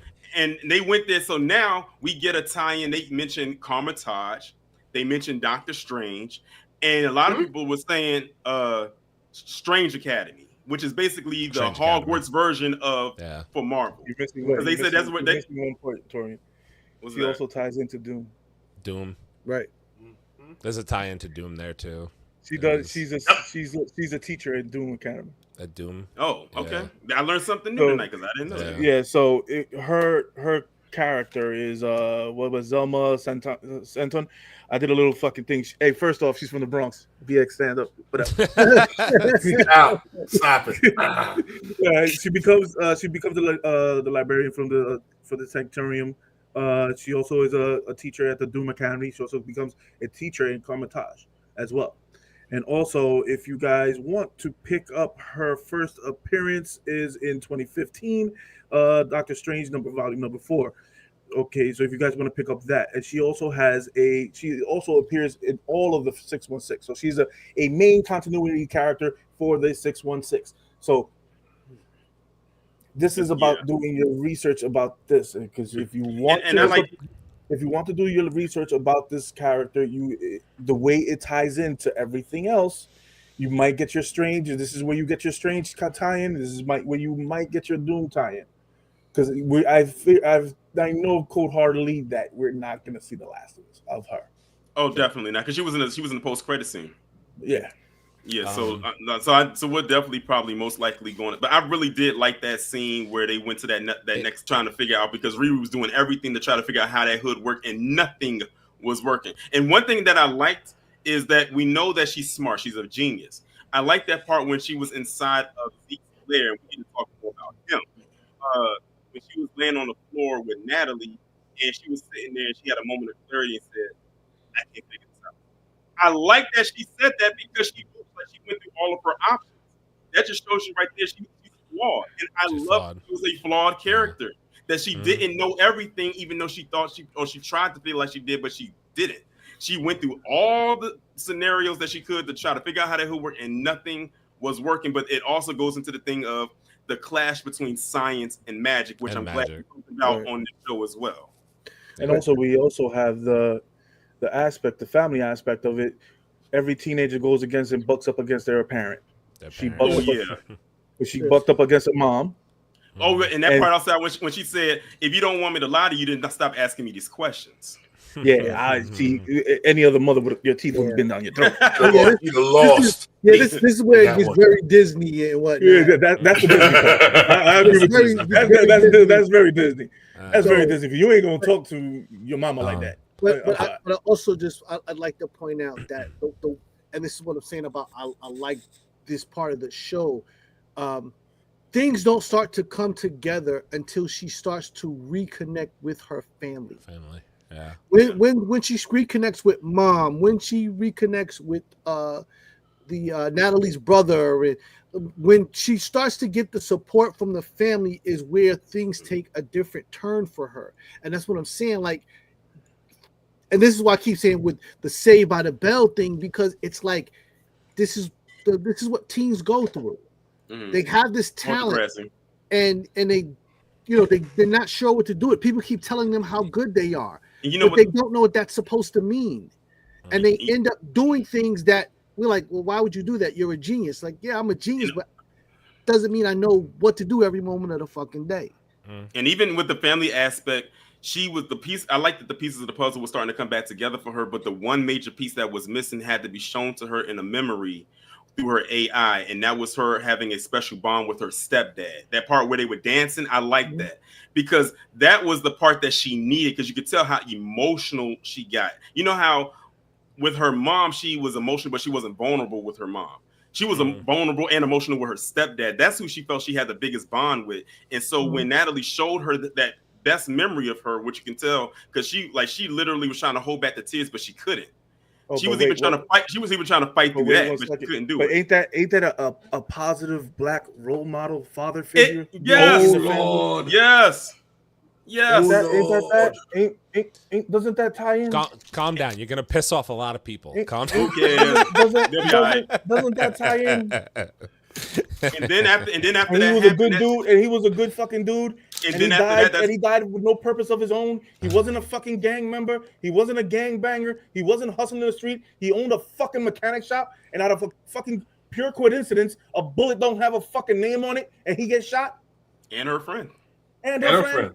And the friend, yeah. It's not a positive role model, because we don't have black fathers in the fucking household. And then after that, that's when clarity came for her, and her mom and Natalie and all of them came together to take apart that car and build her new suit. Which, by the way, that new suit is fire. It looks really. It looks really good. Suit is fire. It looks I question taking apart an old car and getting a suit that looks like that, but as no, the car was fucking dope. Even I was kind of like, you ripped apart muscle car. It kind of made me sad. But that's also one of her characteristics is the ability to build what she needs almost out of everything. Yeah, I would not be surprised if at some point this turns into a nanotech type of thing with her, with either maybe through the magic itself, the magic plus her scientific brain and stuff becomes some type of nanotech and whatnot. I want to go back to the White Castle part, like past the part with her dealing with you're the gonna make twins. me mad. No. Oh, please. The part squirrely, son. Stop. Squirrely. She can't fight. No, she didn't fight. She didn't fight. No, I'm not talking. All she did was survive. All right, go ahead, Tori. I don't want to go. The part where she used that canister and torpedoed that chick in the chest and made her fly back. That and the thing is, she had to do quick thinking with that in order to make that. And let me just tell you something right now. I have been to White Castle before. I have never seen a technologically advanced White Castle like that. I mean, they had the I go to Chicago, bro. I go to Chicago, bro. Chicago, son. Yeah. We got arms here too in New York. We got arms here in New York too, bro. I hate to tell you. And then on top, White Castle only got like 2 people in it. And then but I thought it was dope too because once she ran out of the White Castle, Slug was coming after her in the truck, and Natalie was back there cutting herself out of the thing, and then the back of the truck blew up, and then she came and ran and grabbed her, and then they did the thing and knocked the truck over. So I thought what was funny though was the fact that I said it's a reason why they call White Castle the cleanser. The fact that she threw up after eating that White Castle was spot on because that is exactly what White Castle will do to you. Well, actually, they did that the nice way. Yeah, they call slide burgers. They call them sliders. They call slide burgers because they slide right out the other way. I wanted to mention something real quick. So I haven't been peeking at the Instagram. I wanted to give a shout out. Speak on It Comics, Charles. Appreciate you, bro. He had these couple comments to say about Ironheart. It's called Story Arc, and it's called Story Arc. And Riri is a sassy character due to her depiction and how she felt people viewed her. It's a valid point. It's a valid point. She probably felt like people were looking at her a certain way. I mean. And the thing is, you gotta think this girl was at MIT doing homework assignments that even had her professor stumped. So of course she's gonna think she's the shit. Mm-hmm. I think anybody who has that level of genius is gonna think that. After all, look who her mentor is, Tony Stark. That guy was as egotistical as they came. He fought with the Avengers tooth and nail before he joined the Avengers because he thought he was more right than everybody else. Right. People forget that. He was so arrogant that he almost didn't want to save the fucking world. That's how arrogant he was. Yeah. And then on top of that, he was so arrogant he created Ultron. He created Ultron, right? I was gonna say he created Ultron. And he stood 10 toes down and going that shit like, no, man, this is right. And Tony did not get his moment of clarity until Civil War when that mother came and told him that, look, I lost my son in Sokovia. This was his name. Here's his picture. And then that's when he realized, oh shit, I really did fuck up. Like, that's what it took for you? Wow. Yeah. After all that, not everything before, but that right there was your wake-up call, even though you caused so much destruction before that and didn't care. And I just find it funny that people think that because you are a genius that somehow everything just comes to you easily and that you know everything. Exactly. I saw some geniuses comment about the fact that she's a genius, but she's still broke. She's a genius when it comes to mechanics and science and tech. She's not a genius of finance. You know what I'm saying? Just because you're a genius at something doesn't mean that you're a genius at everything and whatnot. So just like people's application of a thing falls way too far into fantasy sometime. And now because she's a genius, she's supposed to just know how to hack and steal. Well, that's a stereotype. She had to join a gang who was already stealing, but because she joined the gang, now it's a stereotype because she's part of a thief, a ring. Like it's just knock it off. Just knock. It's a story arc. For straws. She starts one point and she's going to end up at another point, and she's going to do a whole bunch of things in between. It doesn't mean that she can't end up still a hero. And as we said 1,000 times, a lot of Marvel characters fall back and forth across that fence doing shit.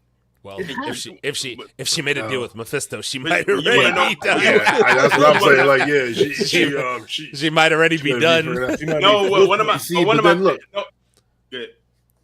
What I was gonna say is, yeah, I have a problem with the way it ended, and I believe she made the deal, but I believe she made the deal in an arrogance of thinking I can beat him at this. I can beat him at it. I'm better than the Hood. I'm better than the Hood is. I'm smarter than him. So yeah, I'm gonna make this deal, but I'm gonna be able to get out of this because I'm gonna be able to outsmart him. But that leads you into the whole thing, right? Of like, well, the magic that she got, would it really have been able to combat Mephisto? Potentially, no. Mephisto's fucking Mephisto. That's the point. And the magic by the way, can we just give a shout out because I love the fact that he was like Dormammu. I was like, whoa.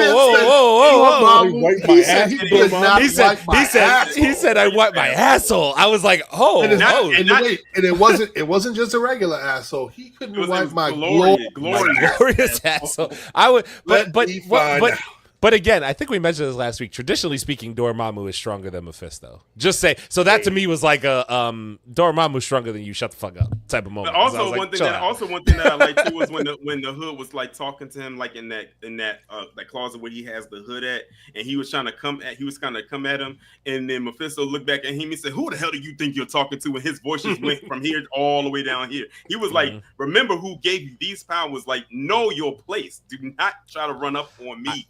I thought that for PG-13 or whatever what is it? 14, TV 14. They did a really good job of depicting the evil taking over the Hood's body. Him tattooing himself, putting scars on himself, being taken over by the darkness. Like, I thought all that got depicted. Now, granted, you only got it in the last, 2 episodes, really. Because up until that, you just kind of saw the tattoos and this, that, and the other. And you were kind of like, okay, something's happening, but I don't really know. And then they ramped it up at the end. And did you also peep how he kept himself submerged under that ice water for 11 minutes? For 11 minutes. Yeah. Yeah, because he disappears every time he holds his breath. That's how he disappears. Right? And also, too, let me just say, a character, while minor, wasn't shit the entire time that they was in the scene, is the Hood's dad. Threw that boy out of the house at the age of 12 and flat out said, "Oh, because I didn't want you." Well, goddamn. Well, talk about positive role models. He basically told him he was a liability after his mom died. That's crazy. Well. Character but he made sure to get that house though. He got the deeds to that house and all that stuff with the company. He made him sign. He said you can sign in ink or in blood, but you gonna sign one way or another. I thought the Hood stood out the whole time for me. I thought he was kind of cool. Anthony Ramos did his thing the whole fucking time. I thought he was cool the whole time. Are you saying that just because they're from New York? No. I'm saying that because I thought he was dope.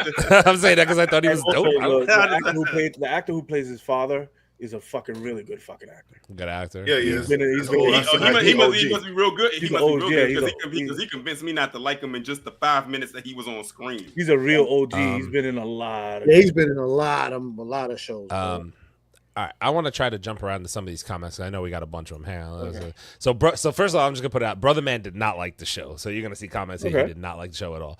How does the Hood take Joel Ezekiel out of jail and no police come looking for him or anything? It's called plot armor. It's called plot armor. No, I don't know who you're gonna come. Like, what would happen if the cops came in and they were gonna fight? They were gonna fight Ezekiel, like and the Hood. What were they gonna do? They were gonna get shot.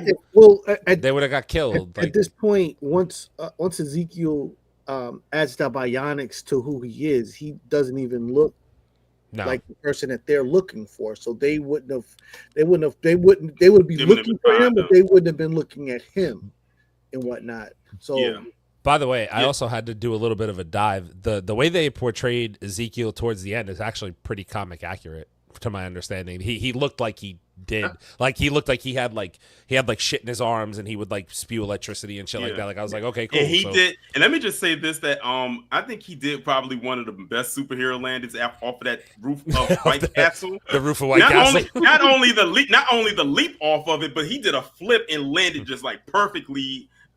Anyone else, them knees are shattered. He's waited all his life for these moments. Yeah, Right. Exactly. Brother Man said Ironheart is not a superhero show. Period. Horrible depiction. I mean, like, she didn't really appear. I get what he's saying. She didn't really do anything heroic, except for stop the hood.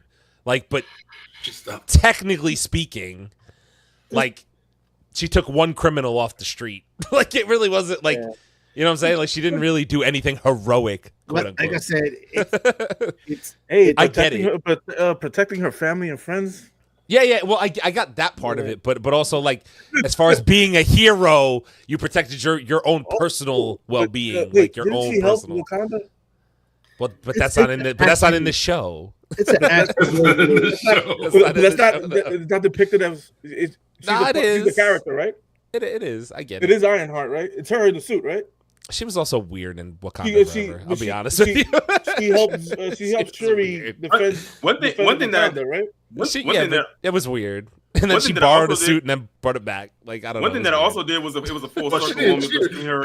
She got the suit from her. It was taken from her. I guess they only sent the car back. I always thought that Riri's depiction of Wakanda Forever was kind of off, though. She kind of just felt like an added character to me. Like honest, the whole time she felt added into that storyline. But I guess that was for this because Ryan Coogler was going to executive produce this as well. Honestly, but I don't. But I realized that there was a full circle moment between Riri and Zeke because remember she told him that he had to start standing up for himself. We know with him dealing with the neighbor, and then like a couple episodes later, when she realizes that when she feels she's exhausted all of her options, she says we need to leave Chicago. So basically, you was about to do the same thing that he was once doing. The part that I liked about the show is that when they told her, "Oh, why don't you call Shuri?" and she explained to her, "What I'm going to tell her that I've been working with a criminal, that I've been doing this, and I got kicked out of school. I got this, and I got that." Shuri is her role model. Her role model, yeah, she's supposed to be her role model. I get that. That makes sense. So. Let's see here. I agree. The choreography for the fight scenes were not good. The Ironheart versus Hood scene was decent. The choreography for the fucking fight scenes were horrible. The whole show. I'm not hearing differently. They were bad. The whole fucking show had bad fight scenes. All of them. Every single one. Like, Love even the Hood White one. Castle scene. Even the only thing I liked about the Hood one was when you could see him like changing into like a demon during the fight. That was the only cool aspect. Yeah, I wasn't expecting that part. Like that part kind of. You didn't like how she outsmarted him again. A hologram. I've never seen that before. Yeah, never seen it before. That was the time right there with the magic. It works on Thor all the damn time, don't it? Yeah, I know. That's my point.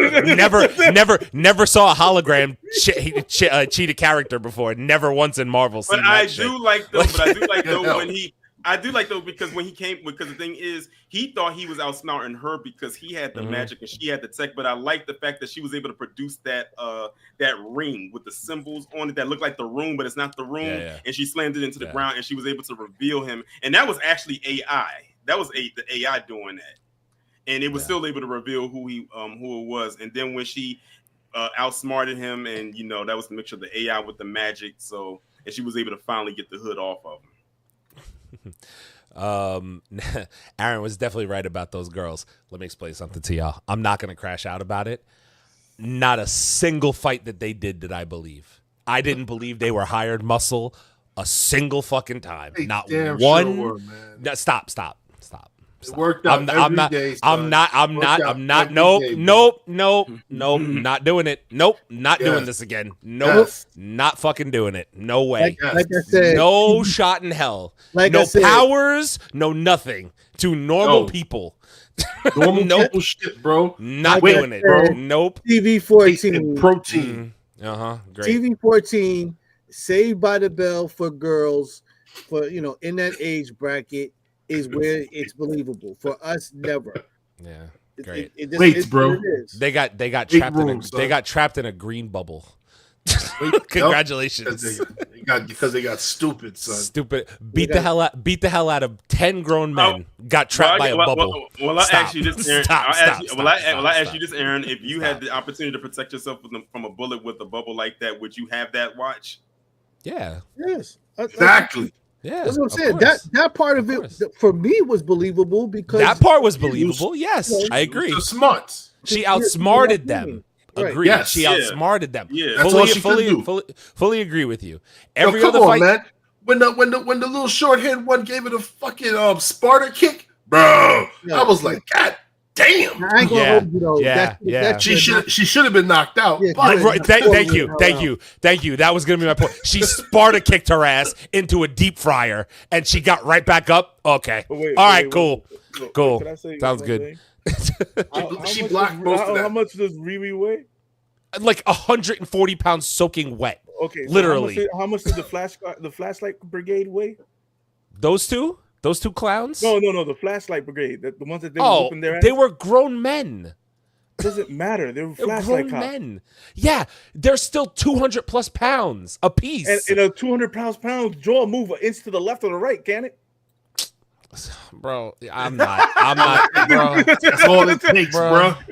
All it takes, bro. 10 All it pounds of takes. pressure. That's it. 10 pounds of pressure, left or right. If you would have told me this is my muscle and they are competitive bodybuilders, I would have been like, okay, cool, great. They're two normal fucking chicks with cut off sleeves and short They're haircuts. not normal, bro. Stop, They're not stop, normal. stop, They're stop, fucking stop. They're not. They're What not are normal. what are they? So Are they all those- enhanced? wait, Are they wait, super soldiers? No, wait, What are so- they? wait, Definitely not So that. all the girls Okay. that fight in the UFC, they're just normal too, right? But they can't whoop most grown men's they're all asses. normal, though. They're not all UFC fighters. normal. Holy shit! They're not straight fighting in this. Where did the UFC start from, brother?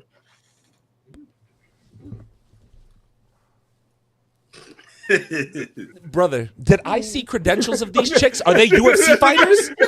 Are they No, UFC answer the fighters? question. Are they Answer UFC the- fighters? Are they answer the UFC question. fighters? Answer the question, Aaron. Where did the UFC start? What? from? In the street. Great. Thank you. Awesome. Bare knuckle, right? Sure. Awesome. Thank you. Great. That's all I need to tell. That's it. Okay. Son, That don't mean shit to me. They're not UFC fighters. They're not. They're two normal people who grew up in the streets of Chicago. They're normal people with cut off sleeves and supercuts haircuts. Congratulations. Like, what the fuck does that mean to me? I don't care. In fight clubs. Okay. Grown men with tasers and fucking flashlights. Great. Got taken out. 10 at a time, by the way. A group of them. Not one or two. A group of them. It wasn't 10. Stupid. It was stupid. It was stupid is what it was. It was split in stupid. half. It was 5 on 5, 5 on 1. It was fucking stupid. It was 5 on 2, and they took them all out. It was stupid. Stop. The other, wait, stop. No, because now you're really getting me mad. The other girl who made the tech shit and did bombs, it was more believable that she could take them out using her bombs than the other two chicks who were hired muscle could come in and take them out. Because at least I could believe that she made a device that would take out the other grown men, not the two It's a bomb. fucking yeah, exactly. Not two have normal flashlights. people. They Oh had my god. flashlights. Oh my Look, god, they had they are flashlights. based- They had they their were based- arms. These two were based on villains from Iron Man comics, man. They were banned from sports because of their unsportsmanlike Okay. conduct. Like, they were just too fucking rough. They ate too much steroids and they were fucking people No, up. they didn't. In regular, yes, they did. Yes, I they got did. no credentials for those two chicks. None. Yes, they did. They was whooping None. ass, bro. Zero. You saw them in all Great. 6 episodes. Just Great. ask. And I believe not one fucking fight scene. Not one. Good. Come on, son. You have to do. You No. Aaron, have are to, you beating You any gotta of them be a in a badass. wrestling match? No. You gotta be. I will arm wrestle both of them at the same time and win. Guaranteed. wouldn't. No, Yes, you I wouldn't. would. They Both would at the whoop your same ass, bro. time. They are your ass. 170 pounds soaking would wet. lose. I am You as would big as lose. them. Stop. You would Stop. lose. Stop. Stop. You I would lose wouldn't. because they would cheat. I wouldn't. That's the I problem. wouldn't. I wouldn't. I wouldn't. They would whoop your ass before you Okay. they say go. The two of them would be beating Aaron with his own arm, bro. Okay. Like, Yeah, you're right. They would. They would. Yeah. Okay. Yeah. Okay. Yeah. Oh, man, Okay. you got Google them, son. Google them. I am. I'm googling them right now. Banned from every listen, Right now. every And last listen, one of them. when we do Because the now we've gone to calamity, so I'm doing this now. we can, Fuck we, it. we can now add this into the top Aaron crash outs of the year. Yes. Right here. This is what we're here. Mhm. This is added in here. Let's see here. All right, what other fucking comments we got? Let's see. No. Fuck that. No, fuck those comments. yeah, now he on Fuck one. those comments. Now, Let's now see. he wants to IMBD Yeah, their now he fucking wants resume one. now. Let's see here. Yeah, I am. Get 'em, I am. son. That's right. Let's Yeah, see. blood siblings. Get them. Look for them. Let's see here. Zoe TRex. Let's see. Zoe TRex is fucking 5'5", 170 pounds. I will clothesline her into her fucking dreams. First Stop. off, we're talking about Stop. a Marvel fictional character, brother. Yeah, exactly. My point Okay, exactly. so- Make so them you have to look believable. up- so you have 5'5", 170. You can't look Okay, up the cool. real ID. Muscle, by the way. Wait. We're talking about a fictional show, and you're looking up their real life. Right. Brother. And No, then- no, and then- Okay. Let me. Okay. Wait. Let me explain something to you then. Cool. You know what I want? If you're gonna do that for hired muscle in Marvel, then I want you to hire Rhea Ripley and Nia Jax from WWE. That's who I want in that role. That's believable. That's fucking believable. Not these two fucking dum dums. Stop. I'm so serious. You think I'm lying? I'm so serious. But they though. can't, I'm not be, laughing at you. they can't be the blood siblings at that point, man. Great. It's two different people. Great. I don't even care. and They're and make so no not mistake, believable. Both of those girls are faster than you, Aaron. Great. As soon as I catch one, they're getting fucking clotheslined. They're faster. As soon as I catch one, they're getting Aaron's clotheslined. never gonna catch either one of them, bro. All right. Yeah. The last time I checked, they were muscle. They're not running. They're running into battle. I would love to see that. I'd love it. Anyway, I'll stop now. I couldn't stand those two girls, please. I can't. Riri doesn't know how to fight as well, so what the hell? Exactly my point. She didn't know how to fight that whole scene and then trapped him in a bubble. And I think it's stupid. Either way. I actually smart. said that on the show about the Jackie Chan moves. No, she is smarter than them. I gave her that. Let's see here. I liked everyone's character except Riri. Very poor. All right. I guess. I don't know. That's how you feel, you know. I guess. I didn't like a lot of other characters. So you like that means he liked the characters that you just went in on for like the last 10 minutes. Probably. That's cool. Everybody's I entitled mean, to their opinion. because that's part of everyone except Riri. Just saying. So Riri was able to build her most advanced suit in one day with a car, her mom, her man crush, dead AI friend, and a 12-year-old boy. No, She's not in genius. one day. It wasn't in one day. It wasn't in one day. It was multiple days. It wasn't multiple because if you look at it, they're wearing different clothes each day. Yeah. Like they're not wearing the same clothes the same first It day. wasn't It was multiple. It It was, had to be it was just one day for us. for us. So technically about 10 to 15 minutes, but it wasn't one day for them. Yeah. I liked the show because it was deeper on some levels with character development. I At least agree. somebody said I it. agree, Drake. I agree. There was more. There was more to the story about Stewart's death. Rampage? Damn it. Well, the thing we found out is that the hood took him out, and he didn't die from a drug overdose because the autopsy determined that was a lie, because they said he didn't do drugs. Yeah, but they knew that. Ironheart never went up. Sean, bro, we get it. You didn't like the show, man. Well, look, here's the thing. Did they I ever thought it did get better. I didn't even hear the word Ironheart yet. No, I don't think it did. Honestly, I don't remember. Iron Head from when the wrench dropped on her head in the episode. That was it. That was the only reference I got. But outside That of was it. Dre Maxo said, I agree. It's relatable to me also. It's going to be relatable to some people. It's not going to be relatable to some people. That's how the fuck this shit going to go. Yeah, that's what it is, man. Nothing about this show says superhero. I can understand the aspect, though. Like, I can. She didn't do much heroic. I like that. It was more like selfishness in the beginning and then like protecting her own personal at the end. And then selfishness at the end. And then kind of selfishness at the end, depending on how I guess I get. So, I mean, I can get that aspect, honestly. I'm not disagreeing with it completely. I actually watched with an open mind, but it's the delivery. Okay. Bro, it didn't deliver for some people. I'm not going to sit here and argue with you about if it delivered for you or not. That's perfectly fine. You're entitled to your opinion on if the show sucked. And I get it. It wasn't perfect. It was far from perfect. It was far from perfect. Let's be like the internet. Let's be like the internet. No, you have to agree to whatever I say. You have to be on the same page. We have to be on the same tribe. We all have to think alike and walk alike at the same pace. And we all have to agree. Here's what I will say. I've seen worse Disney Plus than this. I've seen worse Disney Plus. Yes. That's completely objective. I've seen way worse. So that's where I come from on it. That's where I stand. It's not perfect. It's okay. It had moments and it had dumb shit. I don't know. This is the thing. Our panel. Wait, hold on 1 second. This is the thing about our panel. We are never all going to agree on the same thing. Mm-hmm. And that's what makes this panel and us all fucking great. Because we all have different opinions. We all have different viewpoints on everything. We all fucking still rock with each other. We all still love each other. We all still brothers. But the people, we don't walk lockstep in toe with each other. When it comes to serious business, we do walk lockstep and toe with each other. Don't get that fucking twisted. Don't. When it comes to serious shit, we do walk lockstep and toe with each other. But we have our own opinions on our own feelings on any other show. We all can disagree with each other on a show, but we will never take it to the serious aspect of saying, "Oh, you're a fucking idiot because you don't think about it like me." No, you'll never hear none of that come out of one of our mouths. Leo loves She-Hulk. What the fuck? Like, right. Shit ass show. He's the only one up there that likes She-Hulk. I mean, like my green baby. She's my green baby. Yeah, love the show.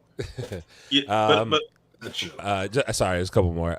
She's flawed, and that's great character development. That's what I loved about her. That's what I loved about her. Why does perfect? Why does everybody keep acting like Tony Stark was not flawed? Okay, wait. First off, Chase, name me one character that's not flawed in Marvel or DC. The whole point of the story is that the character is flawed. Wait. I'm gonna take it down for this. The most pure character in the MCU was Captain America, and he held a lie for half of the fucking phases. A huge lie about Tony Stark's parents for half of the phases of the fucking shit. Literally the purest character. The purest character in the show held a horrible secret to one of his friends the entire fucking time. Every one of them is flawed in a way. All of them. So, like, sorry, man. Like, that's reality. And then guess what? He was then able to wield Mjolnir. That's a fucking hard phrase to say. Mjolnir. I've had too many drinks.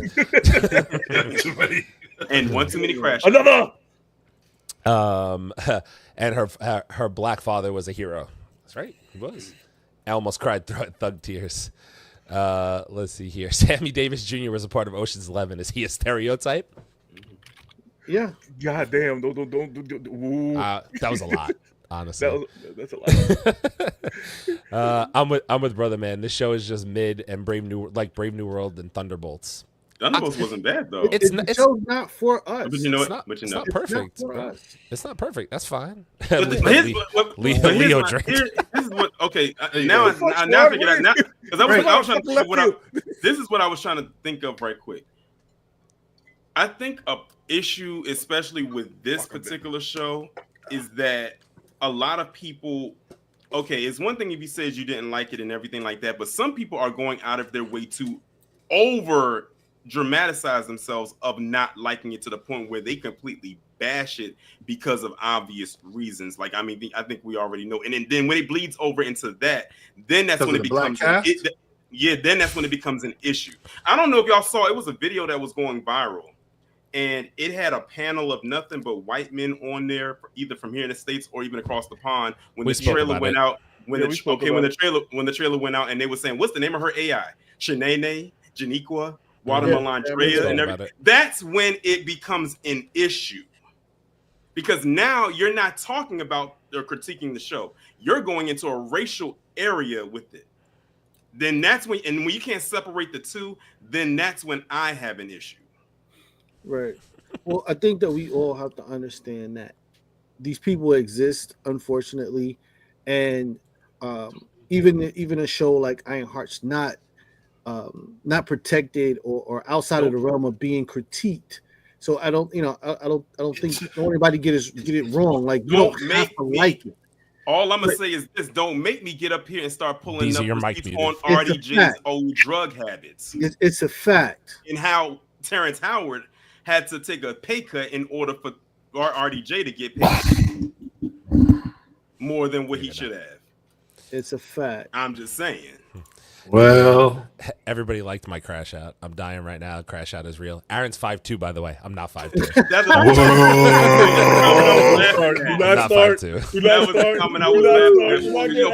Short Kings. Do not start. Come on. I'm not Polar. You fucking Let me find out, son. They use Polar. I'm officially going to New York Comic Con this year. Show up. I beg you. See, lockstep with fuck around. I love Polar. Actually, he's my favorite low key. Honestly, I love Polar. Their favorite scroll movie, fucking real. Get him, Aaron. I'm just glad to have brothers talking movies and not unbuttered biscuit business. Exactly. Listen, every Thursday we're gonna be here talking our shit, regardless of what it is, and that's why the algorithm doesn't fucking love us, and that's okay because we're here anyway. It's fine. We're here. So that's catch us every Thursday, bro. It's going to be one for the books, whether it's good, bad, or somewhere in between, but between both good and bad. I'm telling y'all right now, the thumbnail's gonna be me punching crypto. So just. Happy coming off the top rope, son. Off the top rope, son. Macho Man style. Let's go. We have to have a conversation after the podcast. I'm joking. God damn it. Relax. Come on, man. I'm joking, man. Organization. Maybe I'm not kidding. I'm telling you, by the time y'all are finished watching Superman, y'all are all going to want out and go and adopt or rescue a crypto. I'm gonna go get a stiff drink after this movie. Y'all gonna be in that movie watching and looking at crypto and saying how adorable he is and how loyal he is. I'm gonna need a bottle of Mama Juana after this movie. That's what y'all gonna be doing when I'm listen on Tuesday. Oh man, I gotta say on Tuesday. When I'm watching the movie Wednesday. I'm saying this to myself. I'm looking at the scenes with crypto. I'm like, they gonna be like being like, oh. Nope. Sean said, "What happened to the Man Cave Cookout?" Man Cave Cookout. I don't know. We're doing it. You gotta talk to this guy. That guy over there in the corner. The one who you make drink all the time. That guy. Yeah, that guy. Wait, you come to New York? Isn't Sean here? Sean's here. in New York. Sean lives in New York. What the fuck? Sean lives in New York. All right. Sean, I think Fatal said he was going to be here for Comic-Con, and then I think someone else said they were going to be here. I don't remember. Somebody else said they were going to be here for Comic-Con. Come and see us. You won't miss us. Trust me. Yeah, probably we stand out like we cosplaying, but we not. Leo gonna be a crypto fan after the movie. No, he's not. I'll be back. I'll be back. You're good. See, we're gonna sign off anyway. We get ready to get out of here. All right, Leo be a crypto fan. Me, Polar. All right, listen. We went way over tonight. We're almost at 4 hours podcasting. What the fuck? Yeah, we're almost at 4 hours podcasting, bro. Wow, it's crazy. Yeah, but we got the people's with us though. Let's go. Listen. We had. I just want to give a shout out. We've had like a pretty decent viewing the entire time. I really appreciate you guys hanging out. Before we get out of here, Leo already gave his. He gave the show an 8. Let's give Ironheart season our rating out of 10. Everybody else, I know Leo, you're already at 8. You changing that, or it's an 8? It's an 8. Yeah, okay. It's gonna stay. Everybody, I know Torian's on the. Maybe I don't know if he's gonna make it back in time. Chase, DZ, what's your out of 10 for Ironheart? 5.2. 5.2 is crazy. No, it is a 5.2. All right. That's fair. But I'm up to a 7.5 because of Mephisto. Let's Because go. of Mephisto. Because of Mephisto. Let's go. Yeah. Yeah, Let me tell you something. I sat there in anticipation. I was like, say your name. Say your name. Say your name. Say your name. And when he said it, I melted. I was like, he's Good here. name. Mephisto. Yeah. Mephisto. I'm going to Mephisto, go. yeah. I'm going to go with 7.5. Even though the show's really not built for grown men, For grown-ups.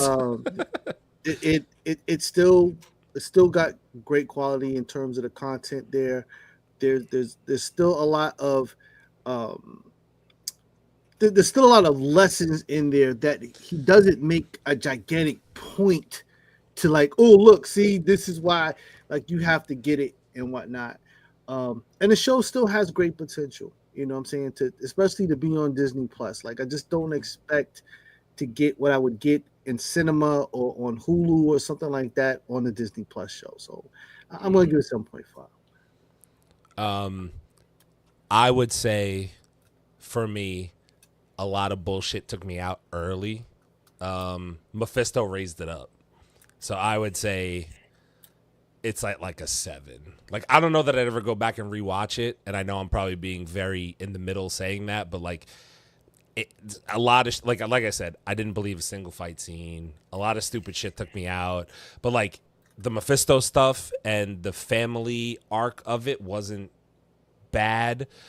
My worry is we're now not going to see Mephisto for a number of years after this. I think that's my concern, is like, we saw him, and now when's the next time we're going to see him? And who knows if it's going to happen anytime soon. He might pop up in another show. So like, maybe, I don't know, but I just don't have hopes of that based on the current slate. You know, but I'd say a 7. Like the last episode, literally, I would have came here tonight if the last episode wasn't what it was. I would have said like a 5. I'm not joking. I didn't like the show that much. It was just okay. And then the Mephisto stuff, I was like, all right, Mephisto's dope. I've been waiting for this. So like, all right, cool. So, Torian, out of 10, shoot. I gave it an 8. Give it an 8. I actually enjoyed the show. Like, it was one of those shows I didn't go in there with major expectations, but I said there has to be a reason why a lot of people are going around review bombing it the way that they are. I said they must know something I don't know. Apparently, they must have seen the show before I did. But then you go in there and look at it, and then it's like, oh, it's not that bad. And that's probably why the ratings for the show kind of went up, because people were saying it wasn't as bad as people tried to make it out to be. We know why you tried to make it to be out that way, but it wasn't that bad at all. Like, I like the story of, like, you know, with the family aspect, them even going into the topic of her anxiety. That part where she was, we didn't talk about this, but that part where she was in the sky and Natalie was telling her, Riri, your heart rate is really high. You need to slow down. And she kept saying, I'm tired. And because the thing is, she kept putting so much on herself, on her back, and not really slowing down and allowing her time to give herself time to rest. And that's the mindset of a genius. They overload their brain with so much because they can't stop learning, and their mind is always going millions of miles a minute, and they just can't stop. They don't know the definition of an off button. They're always on. So I like that they did that. And the fact that when she literally did like an emergency crash landing right there in the middle of nowhere, which looked like a junkyard, she almost collapsed. She almost collapsed in, what was that guy's name, Xavier's arms, because she said she was so tired, and then had to tell him that your sister's here, but she's in the form of an AI, and then he went off on her too. So the guy that she likes is going off on her, and Natalie, her AI, flew away from her because she felt like she didn't defend her. And now she's all alone again. So I like that they pointed out, because again, like I said, one of the major points for me is that she's a flawed character, and that makes for a good person to come and rise up and do what they feel they need to be done. So even with how they ended the show, it leaves it very open-ended, because they're basically saying we're going to see her again. When? We don't know. So, and then I guess we'll see from there what's going to happen with her character. So I really didn't have that too much of an issue with the show. I do agree that some of that crew was weak. I think the only two people that had personality out of that whole crew was the girl with the bombs and Slug. I think they were the only two that had great personalities out of that entire crew. Outside of that, I really didn't have any problem. The CGI for this show was actually really good. And that's saying a lot for a Disney Plus show, because some of their CGI just be kind of off. That part. I would agree. But other than that, I enjoyed the show. I also just want to mention before we get out of here, because we're already pushing 4 hours, so screw it. I forgot to bring up my slide. So Ironheart become the third highest rated MCU project based on Phase 5 of Rotten Tomatoes. What I will say is, I'm going to caveat that because apparently there were a bunch of reviews that were removed for the review bombing stuff. So where it really sits as far as a Rotten Tomatoes score, it's at 86 as of today. And the audience score is at 53. That's as of today, by the way. I literally looked that up before we got on. So audience score is pretty low. I don't know. I mean, like, take it for what it's worth. And then I wanted to post the two images of Mephisto because they avoided mirrors and stuff in the show, because if you see him in a mirror or a reflection, it looks like Mephisto. So I thought it was pretty dope. So you know, I hope he doesn't disappear for a number of years, but that's my fear at this point. So you'll see him back in Doomsday. You think so? I wish that'd be dope. I wish he if he was. I wish he trimmed the beard down a little bit, though. I think the big bushy business was. No, one thing that got me that was a bit too rough. I thought Sacha Baron Cohen looked great. I thought he acted not too wild. What got me was when he was talking to the Hood for the first time when they first met inside of that pizza spot. And that family was back there talking. He was so distracted. Mephisto just gave him one look and the whole family froze. Just with a look. Just with one look and the whole family froze. And when he had put the hood on for the first time, he said, "How do I look?" He said, "Honestly, you look like shit." So I thought when he froze that whole pizza shop, he said, "I can do it to the whole city if you like." He was so excited. He said, "You know what? I can do it to the whole city if you want to." Like, he was so excited, like so maniacal when he said it. And on his way out the door, he just snapped his fingers and everything just cut back on. He also, in that last scene with Riri, he made it known, like, just in case you were wondering if Riri's new magic powers would be able to combat him, he took her out of the suit. He was like, by the way, he said you don't want to sit at this table with your Transformer costume on. He just got around. Transformer. that was a power move. He was like, just in case you were thinking about doing something stupid, I'm just gonna let you know.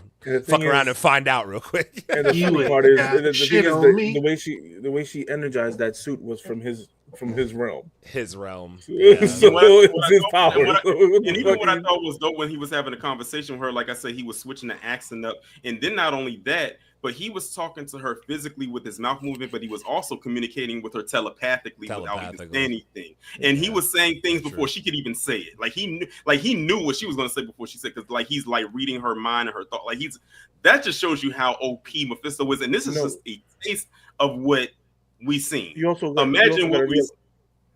to realize he has Natalie. Mm-hmm. He took her, so he has all her. He has all Natalie's memories. When they powered the suit up and she glitched, and they said AI not found. That's because he has her.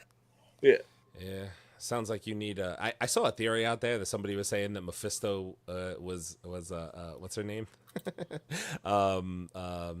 Who Wongers? What's her name? Fucking Madison. Yeah, like Madison was being manipulated by Mephisto to get Wongers under control, and I was like, damn, that'd be fucking crazy. No, what got me too was when he was talking to the Hood inside of that closet, and he was saying, he said, "Well, I have a whole bunch of other clients," and I'm sitting here saying to myself, how many clients do you have, and who are they? As many as counted them out. He counted them out. How many did he say? My man said he had like 3 popes. Like 16. My man had a resume. Yeah, he said he had like 3 popes, 14 something else, and he said and a beetle, Ringo. Ringo. I forgot about that. Oh man. All right, listen, we got to get out of here. Almost 4 hours. Listen, guys. Public service announcement next week. Superman Out of the Theater reaction. Catch us Thursday, 8 p.m. Eastern. It should be fun if you guys are a fan of the channel. You know how much we hate DC, so it should be a lot of fun. DC, love them. I put it in quotes. You know how much we already got a whole fucking list of haters. So yeah, it's fine. It's fine. Anyway, next week, Superman Out of the Theater reaction Thursday, and then obviously 2 weeks after that, we got a Fantastic Four. There's a lot of anime in between, so maybe we'll jump around and talk about some anime because there's a lot of anime that came out. Official kickoff of Phase 6. So I was gonna say, Phase 6 is here, summer's here, anime's here. So catch us every Thursday.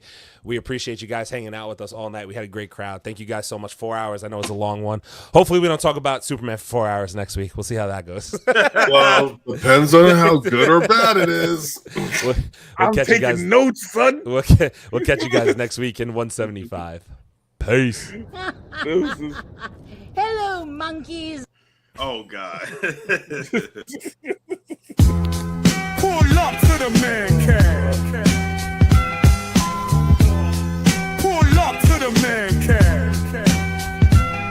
Pull up to the Mancave. Pull up to the Mancave. Pull up to the Mancave.